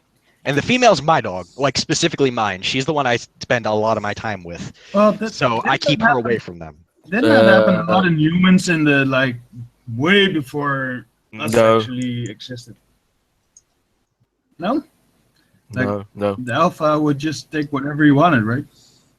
No. That's came with agriculture. Oh, okay. You look at the bonobo society, the culture, the bonobos, the bonobo chimpanzees. You look at them, and you will see our earliest ancestors, the Australopithecus afarensis, Lucy, basically them. All right. Well, The thank you culture, for that. no worries, man. As a citizen of the American educational system, the first time I heard Australopithecus was in the Big Bang Theory theme song. What the I hell is never that? heard of that at all. What does that mean? I love it so, man. I absolutely adore that show, and no one like Well, Sheldon. Sheldon is my protective. I love that guy. oh my God. I No. have to say that working in psychiatry as I do, I work with people which are within the autism spectrum syndrome, You're here. and he plays a perfect Asperger. Yes, he does. Really does it great, God. which is See, I know too many amazing. people with Asperger's, and they just drive me fucking crazy. If the I writers the writers of the show ever do anything bad to Sheldon, I will take a flight, go to the United States, beat the shit out of them. Okay, whoa, bro. You should already be on a plane and over here with a freaking baseball bat already. Sheldon got dumped. Oh, boy. No. Listen, I don't he even got bat dumped by to his get the girlfriend, but that's not bad. That's just, life. They got back No, together that's again. heartbreaking, They got though. back together again. No, they got back together again. Shut up. But it I happened. followed it. But it happened. You should be over here fulfilling that promise, unless you're just all talk. No. You said, no. That's You fine. said, and I quote, the exact words were, if anything bad happened to Sheldon, I'm going to beat their ass. That's I can not pull up bad. 5 examples of bad things happening to Sheldon That with is not emotionally bad. scarring results. I mean, Sheldon will have to win the Sheldon and what's his name? Is Leonard. the one that married Penny? The one Yeah, that married Leonard. Penny. Leonard. Him, Leonard, and the Indian. No, who? Yeah, both. Who discovered that theory in series 8 that Stephen Hawking's also sort of did it. I think that was the Indian Shit. dude. The Indian, exactly. The three of them. Yes. Raj, Sheldon, and what's his name? They have to win the Nobel Prize. Well, there is no Nobel Prize for humor. I mean, on the show and winning the Nobel Prize for physics. What do you Well, I mean? think- What do you mean there is no Nobel Prize for humor? Didn't they give Hitler the fucking Peace Prize? Yeah, but they gave it to Obama too. Yeah, it's a fucking Exactly. joke. What do you mean no fucking prize for humor? It's a joke, but it's not. It's goddamn not hilarious. Humor. No, it's not hilarious. Perfect. It's pathetic. Yeah. Perfect. Okay, pathetic, hilarious. What's the difference? They're interchangeable, and they all apply to anyone who's famous nowadays. I agree. Yeah, I think he's. Yeah, I agree. No argument from me. But yeah, Pathetic, hilarious, Miley Cyrus. They're all synonyms. Yes. I'm I'm just too old. I'm just too old, and my son is too kind for Miley Cyrus. So One moment, Carlos. Thanks a lot, asshole. You're going? what? Yeah, I have to. I kind of do. Okay, mate. Well, thank you for coming. And, Wait, hold on. Text. Aren't we supposed to end the stream already? It's been 2 hours. Yeah, I'll end it eventually. At some point, we'll see. I can Well, only no, stay it's for not 2 hours Why yet don't you because telling people what to do, Tags? As long as Fucking we're having Americans. fun. No, it's not because he's an American. It's because he's a Texan. we still have about half an hour. Tex. We started at 11:30 my time, My time too. so we'll. 10:30 my time. Well, hey, Tom, Modwain. Sorry, Yeah, I don't know your name anymore. I'm gonna keep calling you Modwain. Well, that's because it's my name. Can you share it on Minds because people are asking for the link to watch it What do you mean? Share it on yours? on Minds. Oh yeah, sure. I'm looking for it. I didn't see it. Should I wait till we're done, or should I post it No, go now. ahead. Oh, I posted now. Not the hangout Well, I'll thing. go then. No, See ya. I understand a bit. Not a lot. See you, Modwain. I'm really crap with doing posts, though. I think it's this one then. See, at least you understand a bit. I don't understand jack fuck. Yeah, Okay. that's been my problem with the stream as well. It's Hi, dropped Captain. on Minds now. It should be. You can check. Right. I'm not sure. If, So mine's gonna be the next big thing for us or something, or what? Yeah, yeah, probably. it's awesome, dude. It's like Twitter and Facebook and your own personal blog all in one place. So I'm like, yeah. I would leave Twitter because I fucking hate it. Yes, you did. I'm With a passion. reminding it. I posted it. Every time I've gone into social media, it is literally just because of a necessity, not because of a want. Yeah. Pretty much. I have to get what's his name? Dave Cullen on one of my chats soon. Yeah. You're just a smart motherfucker, man. I started. I have to get past 30. I have to get past 30 subscribers. Well, Dude, I have like 4. Shit, my first stream You I had, have more. I had You're Bearing. all assholes. What's I had happening? Bearing. My first stream ever. That's I had true. Bearing. Who else do I have? I had a Wizard of Cause. I had Hagbard, Celine, and a whole some other people. They're all important, of course. Yeah, that was my first stream. 2 weeks ago, I had Sargon. Mhm. I had Sargon. Then I had This week. This week I had Andy Warski. Yep. Awesome person. And I have to get soon the Irishman himself. I'm gonna plan on having him. Just have to get the right. Ever since Goodfella called him Hank Scorpio, I thought about it. I'm like, yeah, he needs to change his name. Yeah, maybe I need to. He does, Maybe I need he to. does look like Hank Scorpio. I would love to have a Armored Hold on. Skeptic and Jen on my hangout, but Hank Scorpio?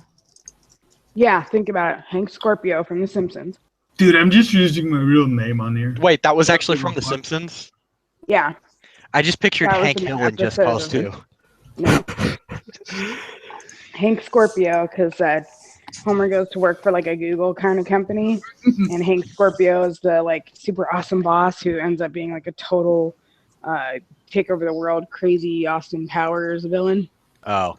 Yeah, I just pictured Hank Hill in Just Cause 2. So, I mean... Damn it, Bobby, stop toppling government nations! Dang it, Bobby! Yeah, in all fairness, I mean, I've had Carlos here for a while, and I mean, you guys, to me, are big. You really think so? That Sargon name. Thank you very much. Sargon. I mean, come on. That's internet famous and. Yeah, that Sargon fuck don't matter. We're the real important ones. Well, Criminally undersubscribed if you're saying shit like that. Me? Yeah. Please. I like internet assholes. I can't be the only person. There isn't no fucker on this planet who would want to subscribe to my no-ass face. Well, I have yeah, to not having a actually- face could be an issue. I need to actually do something for people to subscribe to me on a decent thing. Since the first stream, I kind of was like, I should probably make videos, and like without much thought to it, I just put a couple of them out there, you know. I literally find a topic, look at it, think about what I want to bitch about, write it down, bitch about it, record it, bitch about it again so I have it on recording because I forgot to hit record the first time, then throw up the video and go to bed. Yeah, that's pretty much my process as well. It's just like, I want to talk about this, probably should write a script because otherwise my ADHD turns on and goes every fucking where you imaginable. Yeah. And then I like, let's just do only this topic, right? But I should write a script, but writing a script requires effort and discipline Not and all something these you're things willing an to get American into boy it. like me was born without. I need Guys. 2 sentences and I can write a whole Um, story, and that's pretty much always the way it's been with my poetry as well. You You guys have no idea how I'm struggling with this new video that I want to make about the Denisovians. What's a Denisovian? Everybody goes. Yeah, I would definitely agree that I probably don't know the struggle because I have no idea what the fuck that is. Exactly. I'll give us. What is a Denisovian? 60,000 years ago, there were three. 60,000 years ago, there were three legendary triangles, and they threw them across the land. Suddenly, a little man in a green cap was spawned with giant pointy ears, and he roamed the land looking for these three triangles to seal the pig man away in his. Yeah, probably not. See, there you go. Imagination, but now back to reality. There were three, possibly four, races of humans. Are you sure? What I mean, absolutely. That's where genetics shows. Yeah, something like. There were the Homo sapiens sapiens, Homo sapiens neanderthalensis, or Homo neanderthalensis. There were the Denisovians, and there's a mysterious other hominid that we don't know yet about. The Denisovians. I know what they are. Denisovians They're were discovered in 2000. and they still exist. The Denisovians were discovered in 2008 in a cave in Siberia, in the Denisovia cave. That's why they called them the Denisovians. I will explain that in my video. Wait, I have to do are it. they? That's pretty cool. Like Mongolian type Asian descent, or are they like? No. White, Do you know like, where you find? Or are we you talking don't about find bone thickness and stuff like that? No, nothing like that. It's genetic. Where they find the genetic markers, they found a finger and a couple of teeth. Now, up to now, but they've been discovering more material as they've been. I mean, what's the bone density is in comparison to Homo sapien? That's actually pretty neat.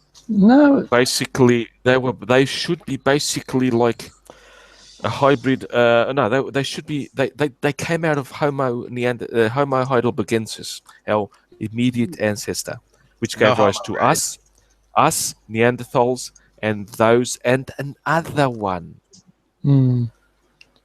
Neanderthals are found west of that cave, more or less. Yeah. Denisovians gene markers are found east of that cave, but not in all populations. Like the Chinese don't have that, but the Americans have some, up to 1%.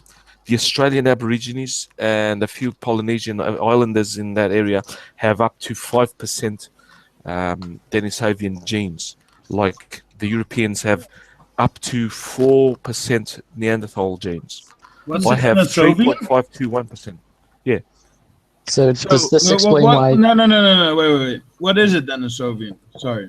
It was another hominid, another human. Oh, okay. Thank you. So I've actually got a question. You're an archaeologist, right? Is that what you said you were? Yes, I am. Yes. Okay, so you study Neanderthals, or do you know anything about them, or a lot, I should say? Oh God, no! I'm not a practicing archaeologist, but I know enough about them. I love them. Yes. Well, then let me offer you a once-in-a-chance lifetime to come study them up close and personal with an all-expenses-paid flight to Florida. We have them as far as the eye could see, everywhere you could imagine. No. Neanderthals were very, very intelligent. I was gonna ask, since you are. Yeah, so I think you're talking about Cro-Magnons. That's what I'm talking about. Cro-Magnons were us. Cro-Magnons were Homo sapiens sapiens. Yeah. And some of us have not evolved, not even one little bit. What's to do with double though? Troglodytes. Homo sapiens sapiens. Homo sapiens sapiens are modern humans. Yeah. They arose around Homo sapiens were a step below us or something? Or what? No, they're us. Homo sapiens still had a use for their gallbladder. Yeah. I think the consensus now is Homo sapiens without the sapiens at the end. Homo neanderthalensis, the Neanderthals, and Homo denisovians, the Denisovians. I think that's beginning to be the consensus of the naming of those species. Oh, that shit is so confusing to me, man. I'm sorry. Correct me if I'm wrong on this, but Hmm. wasn't there some sort of like evidence that Neanderthals and sapiens sort of interbred a bit? I had heard that Of too. course there is. That's why I have 3.521% Neanderthal genes in myself, in me. Yes, we did. We did. Okay, it was just one of them. I can't. Yeah. I remember little bits of trivia about Neanderthals. The first direct evidence was found in Portugal. Is the Lapida child. Yeah. So I guess that shit hits close to home then. Of course, man. That's why I absolutely creamed myself when I read the articles. An American archaeologist, I can't remember his name, with the Portuguese archaeologist João Zilhão. It's a mouthful to pronounce. Even I say it to me, and I know how to pronounce Portuguese names. João, the archaeologist, discovered in a cave in Leiria, that's more or less central Portugal, a deep cave, the remains of humans. But when they found the child, and they analyzed his DNA, even his skeleton was weird because he had thicker bones and the slight occipital ridges. That's the bones on top of the eyebrows. Yeah. And in the Neanderthals, they were Pronounced. slightly protruding, and they didn't have a chin. The kid had that, but he had the rest of the features: the teeth, the jaw, the straight. We have a straight. What do you call the on top of the eyes? The forehead, the straight forehead. So the kid had a straight forehead, but the brow ridges above where his eyes are slightly protruding and no chin. It was clearly a hybrid. When they analyzed the DNA, he was a hybrid. And that's the first evidence. It was in 2005 or 6, if I'm not mistaken. 2005 or 6 when they discovered that. So yeah. I just read a weird article about the Huns having a weird skull structure as well. Who? The Huns had a weird skull structure as well. The Huns? Yeah. Yeah, because something with the headband that they put it on babies too tightly. Oh, Something yeah, like that's that. Yeah, I see what you mean. Yeah, that's actually that's not just the Huns. That made them utterly hideous to the Romans at the time. Yeah. Yeah, that's a culture. That's a cultural establishment. Like isn't that like kind of the same as when the Japanese did some shit to their feet? So it was like Chinese. Are you talking about that feet folding shit where they crunch their toes down under so they don't have to walk on them? Exactly, but then the Huns version was to make the forehead all fucked up. Women in China, to be more attractive, it was considered that small feet were more attractive. So they used to break the arches in their feet and compress them into their shoes, so they had small feet. I thought they called it foot folding. Yeah, exactly. Foot wrapping, or there are also they did it through in Africa. Like in Africa, the elephant ladies, where they put those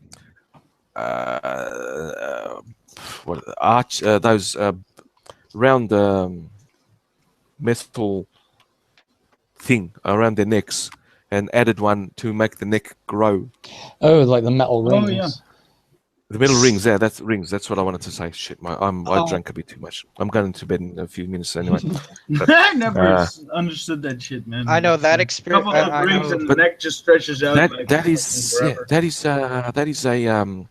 a standard of beauty to the culture. Just like in the, I think it was the Aztecs or the Mayans. I can't remember which, but I remember that they used to put, I can't remember if it was mud or like a hard clay on their nose to make their nose like a perfect triangle or something close to that, because that was their idea of beauty. They would try to make somewhat It would try to look like a perfect triangle. I remember reading about that from a textbook. That was one of the things that I had remembered from my history class. But would they break our noses for that or something? No. I'll see if I can find it and I'll send it to you because I'm not 100% sure if I'm remembering it correctly. But I do remember reading something about that. They would make triangles out of their noses with mud or clay, and that was their perfect ideal. I won't dispute that because I have no idea. No, I won't dispute that. Could be. Not dismissing it either. I could very well be wrong. But I am almost 80% sure that was what it had said or specified. I think I read an article lately that like the perfect symmetrical face was more attractive in a woman or something for men. What? Sorry, I didn't hear it. It's like, yeah, I don't know. I saw an article I read lately that said that a perfectly symmetrical face, like science-based, was more attractive to a man than anything else. I don't know. I know that there's no such thing as a perfectly symmetrical face. Our faces are not symmetrical. It's very uncommon anyways. It must be so insignificant statistically that it's... Because the face is not, And if maybe it's just bullshit and it was a Criminal Minds episode. Probably. I'm fucking drunk, man. In fact, I've seen studies that where they showed the same person, but they mirrored each side of the face, and I think they totally look different. I can't remember if the conclusion was one side was more beautiful than the other or more attractive. I don't know. Absolutely don't know. I just says something about human beings that we have to keep modifying ourselves to look better. No, it's not. It's something that we keep pushing on each other that we need to do this to look better. It's nothing to do with looking better. It's to do with people being insecure, to be honest. It used to be you say that, but it's also in other species. Like certain types of birds like magpies collect shinier things for their nest to make them more attractive, I believe. Yeah, to make them more attractive to attract a mate. Otherwise, their life is... Yeah. Don't penguins do that a lot as well, though? Every animal does that. Humans do that too. Funny enough, it's also a sign of insecurity when we do it, that we actually physically want to change us by for example, tattooing ourselves or having plastic surgery. It is also a sign of insecurity. So that's why I want to go to the gym and train myself. Well, yes. The modern modern thing, yes, it is. But in the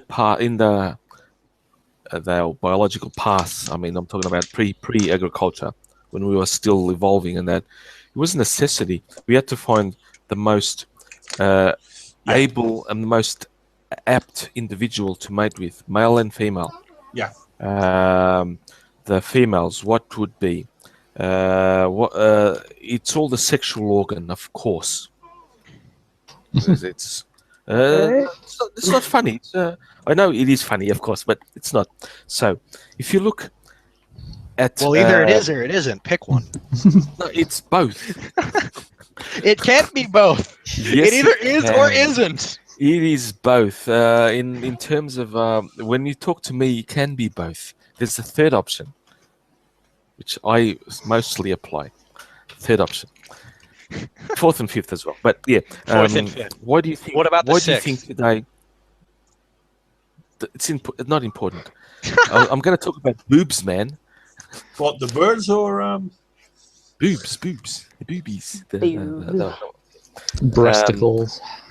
Why do you think the cleavage is almost a direct mirror of the butt, of a female butt, right? Nice wish.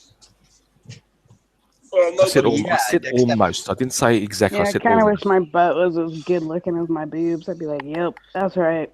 But you guys see what I mean. I just got it all up top. That's all that's happening there. If a female in evolutionary sense had big breasts or relatively big breasts, not necessarily big, but healthy looking breasts, which form the cleavage and that, it means that she was healthy. She could produce healthy children.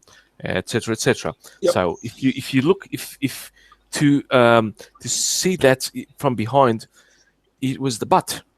Well, the butt is even more important than the breast because white hips means that you can do childbearing Have better. babies. Yeah. Exactly.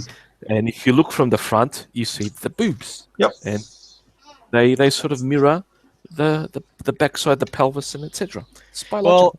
Well, it's a good thing that they don't. It's a good thing that they don't perfectly mirror one another because if you're breastfeeding from your ass. I was doing an analogy, man. Jesus, so literal. It's your American education system. You take things too literal. But does bigger boobs mean bigger ass? I'm an American. What do you expect? Not always, no. I'm an American. What do you expect? I'm either all in or all out. To be extremists. Just don't be all out in public because you could get arrested. Hey! I live in a nudist colony. I won't be arrested. What? Where do you live? I live in Florida in America, and right where I live, there are 3 nudist colonies around where I am. We have people walking naked everywhere. I know where you are. Nope, fuck that. No shame whatsoever about my fat ass and just walking around naked. Yeah, I wouldn't. All of them are It old would be and cool over if they 50. weren't. Yeah, if they weren't all old people and looked like they needed to pin up their bag. Yeah. So it's like Fort Worth or something. Or what? I remember that. I worked at a bar at a discotheque, and we had I forgot the name of the band, but it's one of those women rock bands that basically got famous because they're naked on stage all of the time. and that's something you really don't want to see when you're working to begin with. But a lot of the people that actually came there because they were fans were also people that liked to be naked, but you can't be naked because you're in public. I mean, they can because they're performing, but you have to get there. So they were dressed, scantily is too big a word. Did they literally come? Well, yes, actually they did that too. Sorry, I had to include that. I just want to say my unfortunately- earlier predictions were correct. It did happen. Just plummeted. I can't tell. The worst part is that you have listen, old man I can bear. I mean, I'm standing behind the bar, I don't see their dick. I don't care.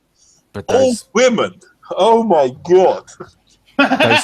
those skins, those flaps. It's just horrible. Hell, I'm gonna need another drink at this rate. Dude, it fucking reminds me of this Aslik chick in Groningen.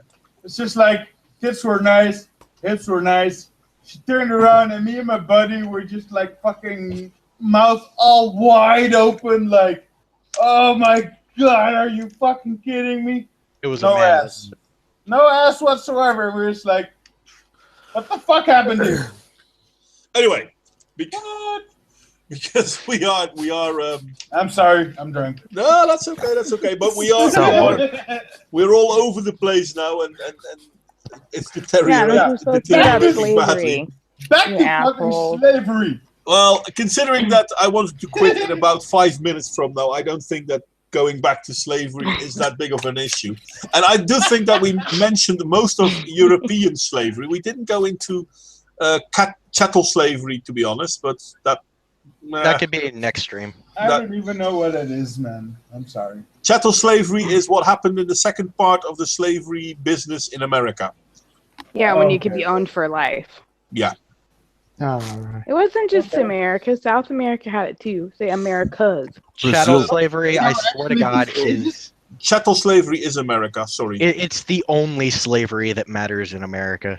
Yeah. Chattel sort of sounds like cattle. Yep. Literally everywhere in America, you mention the word slave, the first thing that probably comes into people's minds is the black dude in shackles. Like, not being racist, but that's just the way our society has been. Also had that. Don't forget. Slavery actually indeed envision or like imagine this black slave dude or something. Wow. I'm sorry, I didn't hear a word of that. It's like whenever I think about a slavery, it's like the American slaves that were black. Yeah, well, there were a lot of white American slaves as well, to be honest. Yeah, there were. There definitely were, but you There don't were hear more about of them. them. Yeah, you never You hear of don't them. hear about them. They do not matter. And if we're actually going to say that there were more white slaves in America than black slaves in America, reparations should be off the table, man. Well, it's even funnier. If you want to talk reparation... No, I don't. No, but bear with me for a second. Let's Bear do with it. me for a second. Bear with me for a second. All right. All you minorities are going to start owing white people a lot of money. Well, it's actually pretty amazing that I heard that People, Come on, let me. I'm going to put people on I'm going to mute. fucking mute you. I want to say something here, and I haven't said a lot, which is a big thing for me because I like to talk. But let me finish this one. I muted everyone. You're good. Okay. Anyway, here goes. The thing with reparations, to begin with, first off, if you look at the amount of money that was made roughly in the period of the slaves, that money has already been paid back to whomever lived there by Social Security, at least a tenfold. Then, if you take in account the Second World War, which even in America cost a lot of money, any money that the Americas may have made because of slavery in the early years has been drained because of the Second World War. Every culture after the Second World War, or at least every Western culture, had to reinvent themselves economically. There was no economic basis. They had to rebuild themselves. So the slave period has nothing to do with what your country is now. Thirdly, no country has ever progressed industrially when they had slaves.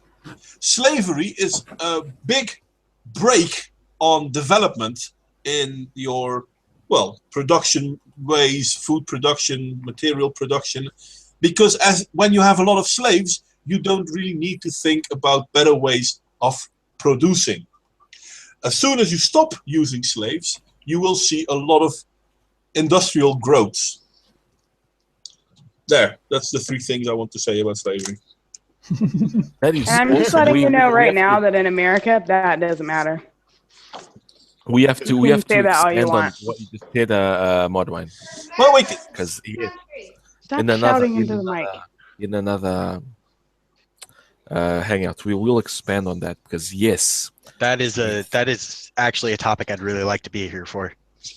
Me too. Okay. This is perfectly, yes. Like, I would absolutely love to discuss that, because if we're talking the American slave trade, and in this particular, I happen to know a lot about that, mostly because I'm American. Look the only thing we got taught in fucking high school. So yeah, no, I'm sorry. The only thing I know is that, like, or what I've been told is that the Dutch people started slavery and profited hella much about it. Yeah, but the Dutch people didn't start slavery.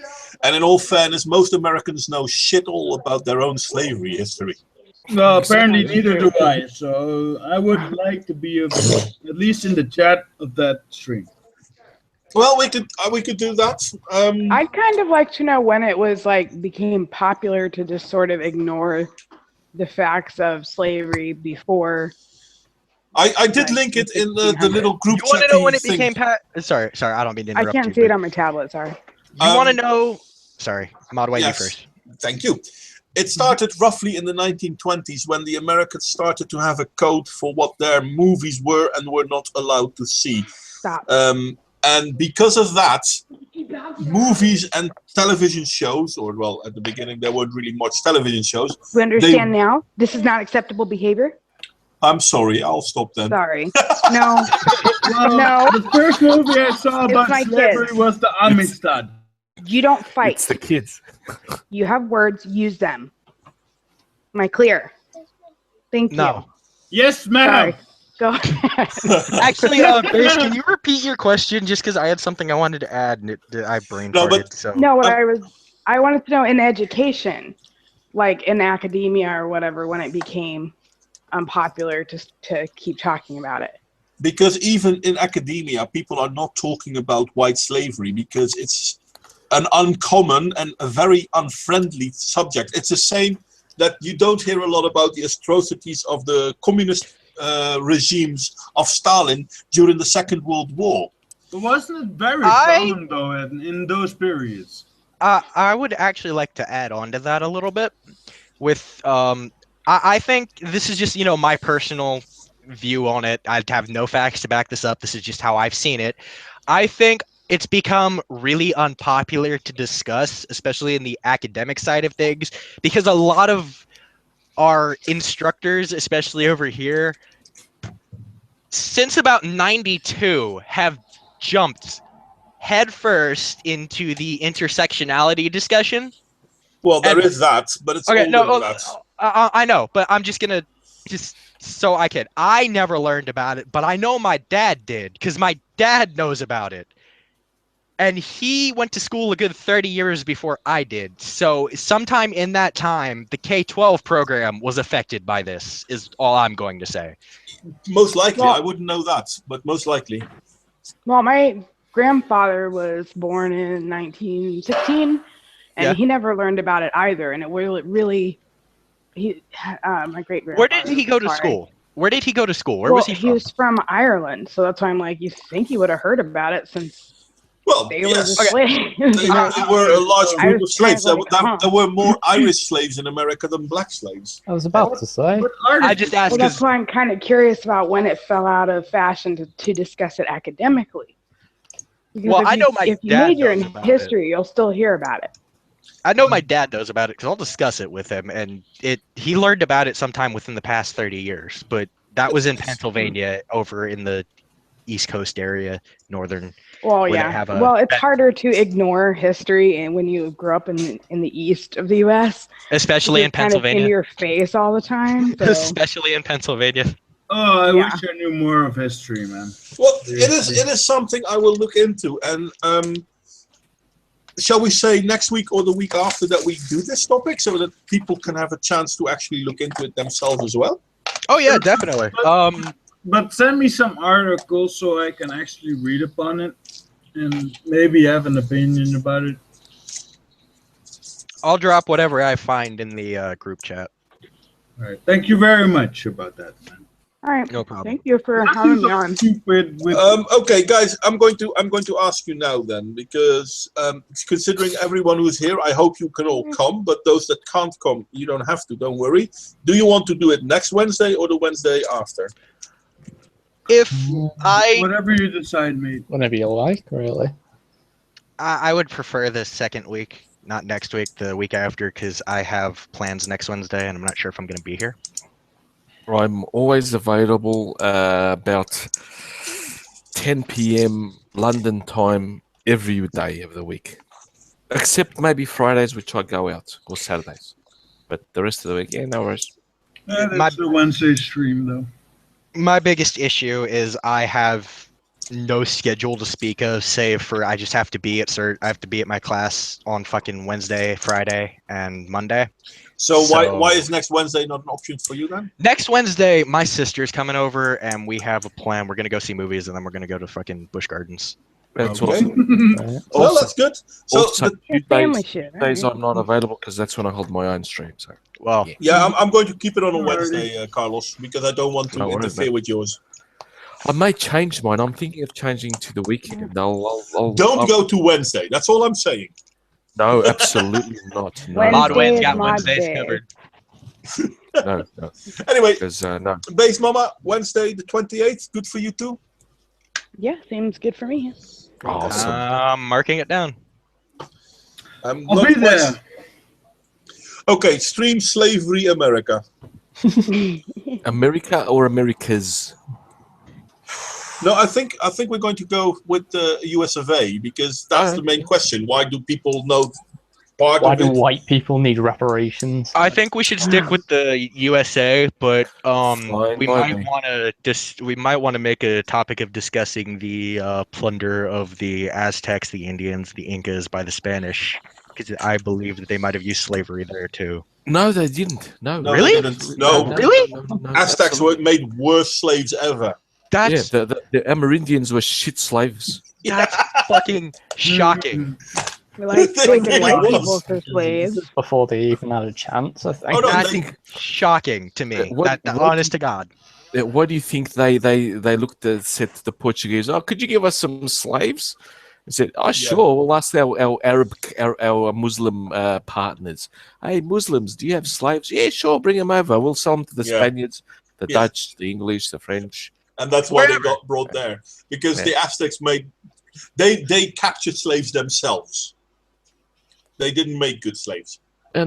The American natives were shit slaves. Yeah. They did not work. They were lazy cunts. The American natives also didn't have immune systems for shit. Exactly. So they were that really as well, yeah. okay. That's something for next week. Not very dirty and sanitary European. Yeah. That's why you should vaccinate. I gotta bring I would some rather kind have of a Indian different. pride up in this bitch. Okay, so then we do next week. We do Indian Pride. Base Mama, you fill us in. Please don't invite Angry Napoleon. I have no idea who that is. Sorry. Good. That's his Western cancer. Oh wait, was that the fucking little shit stick who was fucking trolling in the chats? Yeah, Like, he does. One of He my hates first.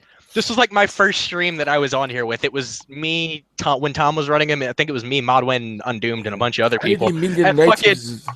Angry Napoleon was trolling in the chat the whole fucking time, talking about how he wanted pedophilia to be legal or some shit like that.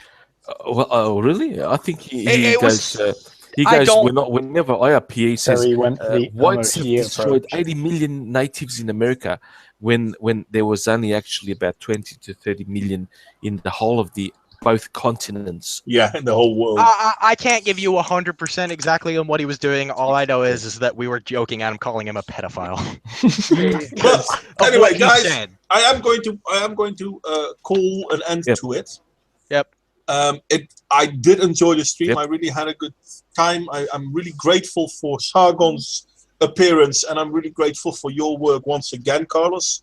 Well, man, thank you. I also am honored that Sargon is here as well. He's awesome. Carl's awesome. And I'd like to thank you, Based, Cheshire, Mark, and Rambling for showing up, because your participation was great. I mean, as I said in the past, we can have the most brilliant minds talking here, but we need people to have questions as well. We do. So I'm glad we didn't provide many. It's not an intelligent stream unless nobody's here. Fuck Carl. Fuck Base Mom. Nobody is the one who matters. Anyway, even though Base Mom is the shit. I am going to give you all the chance to say something really clever, or at least something else. And I'm going to start with you, Rambling. Go ahead, mate. Subscribe to me or fucking die. That's all I'm gonna say. Okay. Mark, you got something? Mark's not here. Mark's drunk. He's Just not I- here, man. I'm back right now, but Oh, there's Mark I again. fucking love learning about I was you thinking guys. that the fucking And I do need to say that I'm fucking drunk right now. That's okay, Oh, Mark. you love us all. Swear fucking a lot of much. I wish you I a good love all night's of you sleep, Mark. guys, and I hope to see you on the next fucking stream. And I love all you guys. Always good seeing you, Mark. Have a good one. Later. See you See you, next man. week, mate. Cheshire, Sorry. your time. Sorry for that. It's alright. I reckon the Portuguese king who actually kicked off the slave trade good and proper is probably the rarest of the Pepes. Must be admit. They didn't really start the slave trade, though. Well, Oh, God. the Atlantic part of it at least. Oh, well. Carlos, you want to say something? Culture is misunderstood because culture is not just a human concept. Animals also have culture, I agree. and it's not never appropriated by anything. That's my word of. It's a good word from Carlos. Thank you. That might be a nice stream in the future as well. Cultural appropriation. Or... Oh, Absolutely. Can I wear my headdress again? Yep. Anyway, Based, you have last words. Oh, smell me. Oh, man. Boobs. Those are the most amazing words that have ever been uttered on this stream, period. Base Mob, you are a true fucking poet, and you deserve to be making lots of money for that. The Cervantes Prize, and the Portugal also has one. I'd give it to her, yes.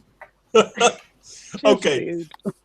Anyway, in that case, I'm going to take the last few seconds. Thank you very much for coming. I do enjoy the talk. I really appreciate you all for coming.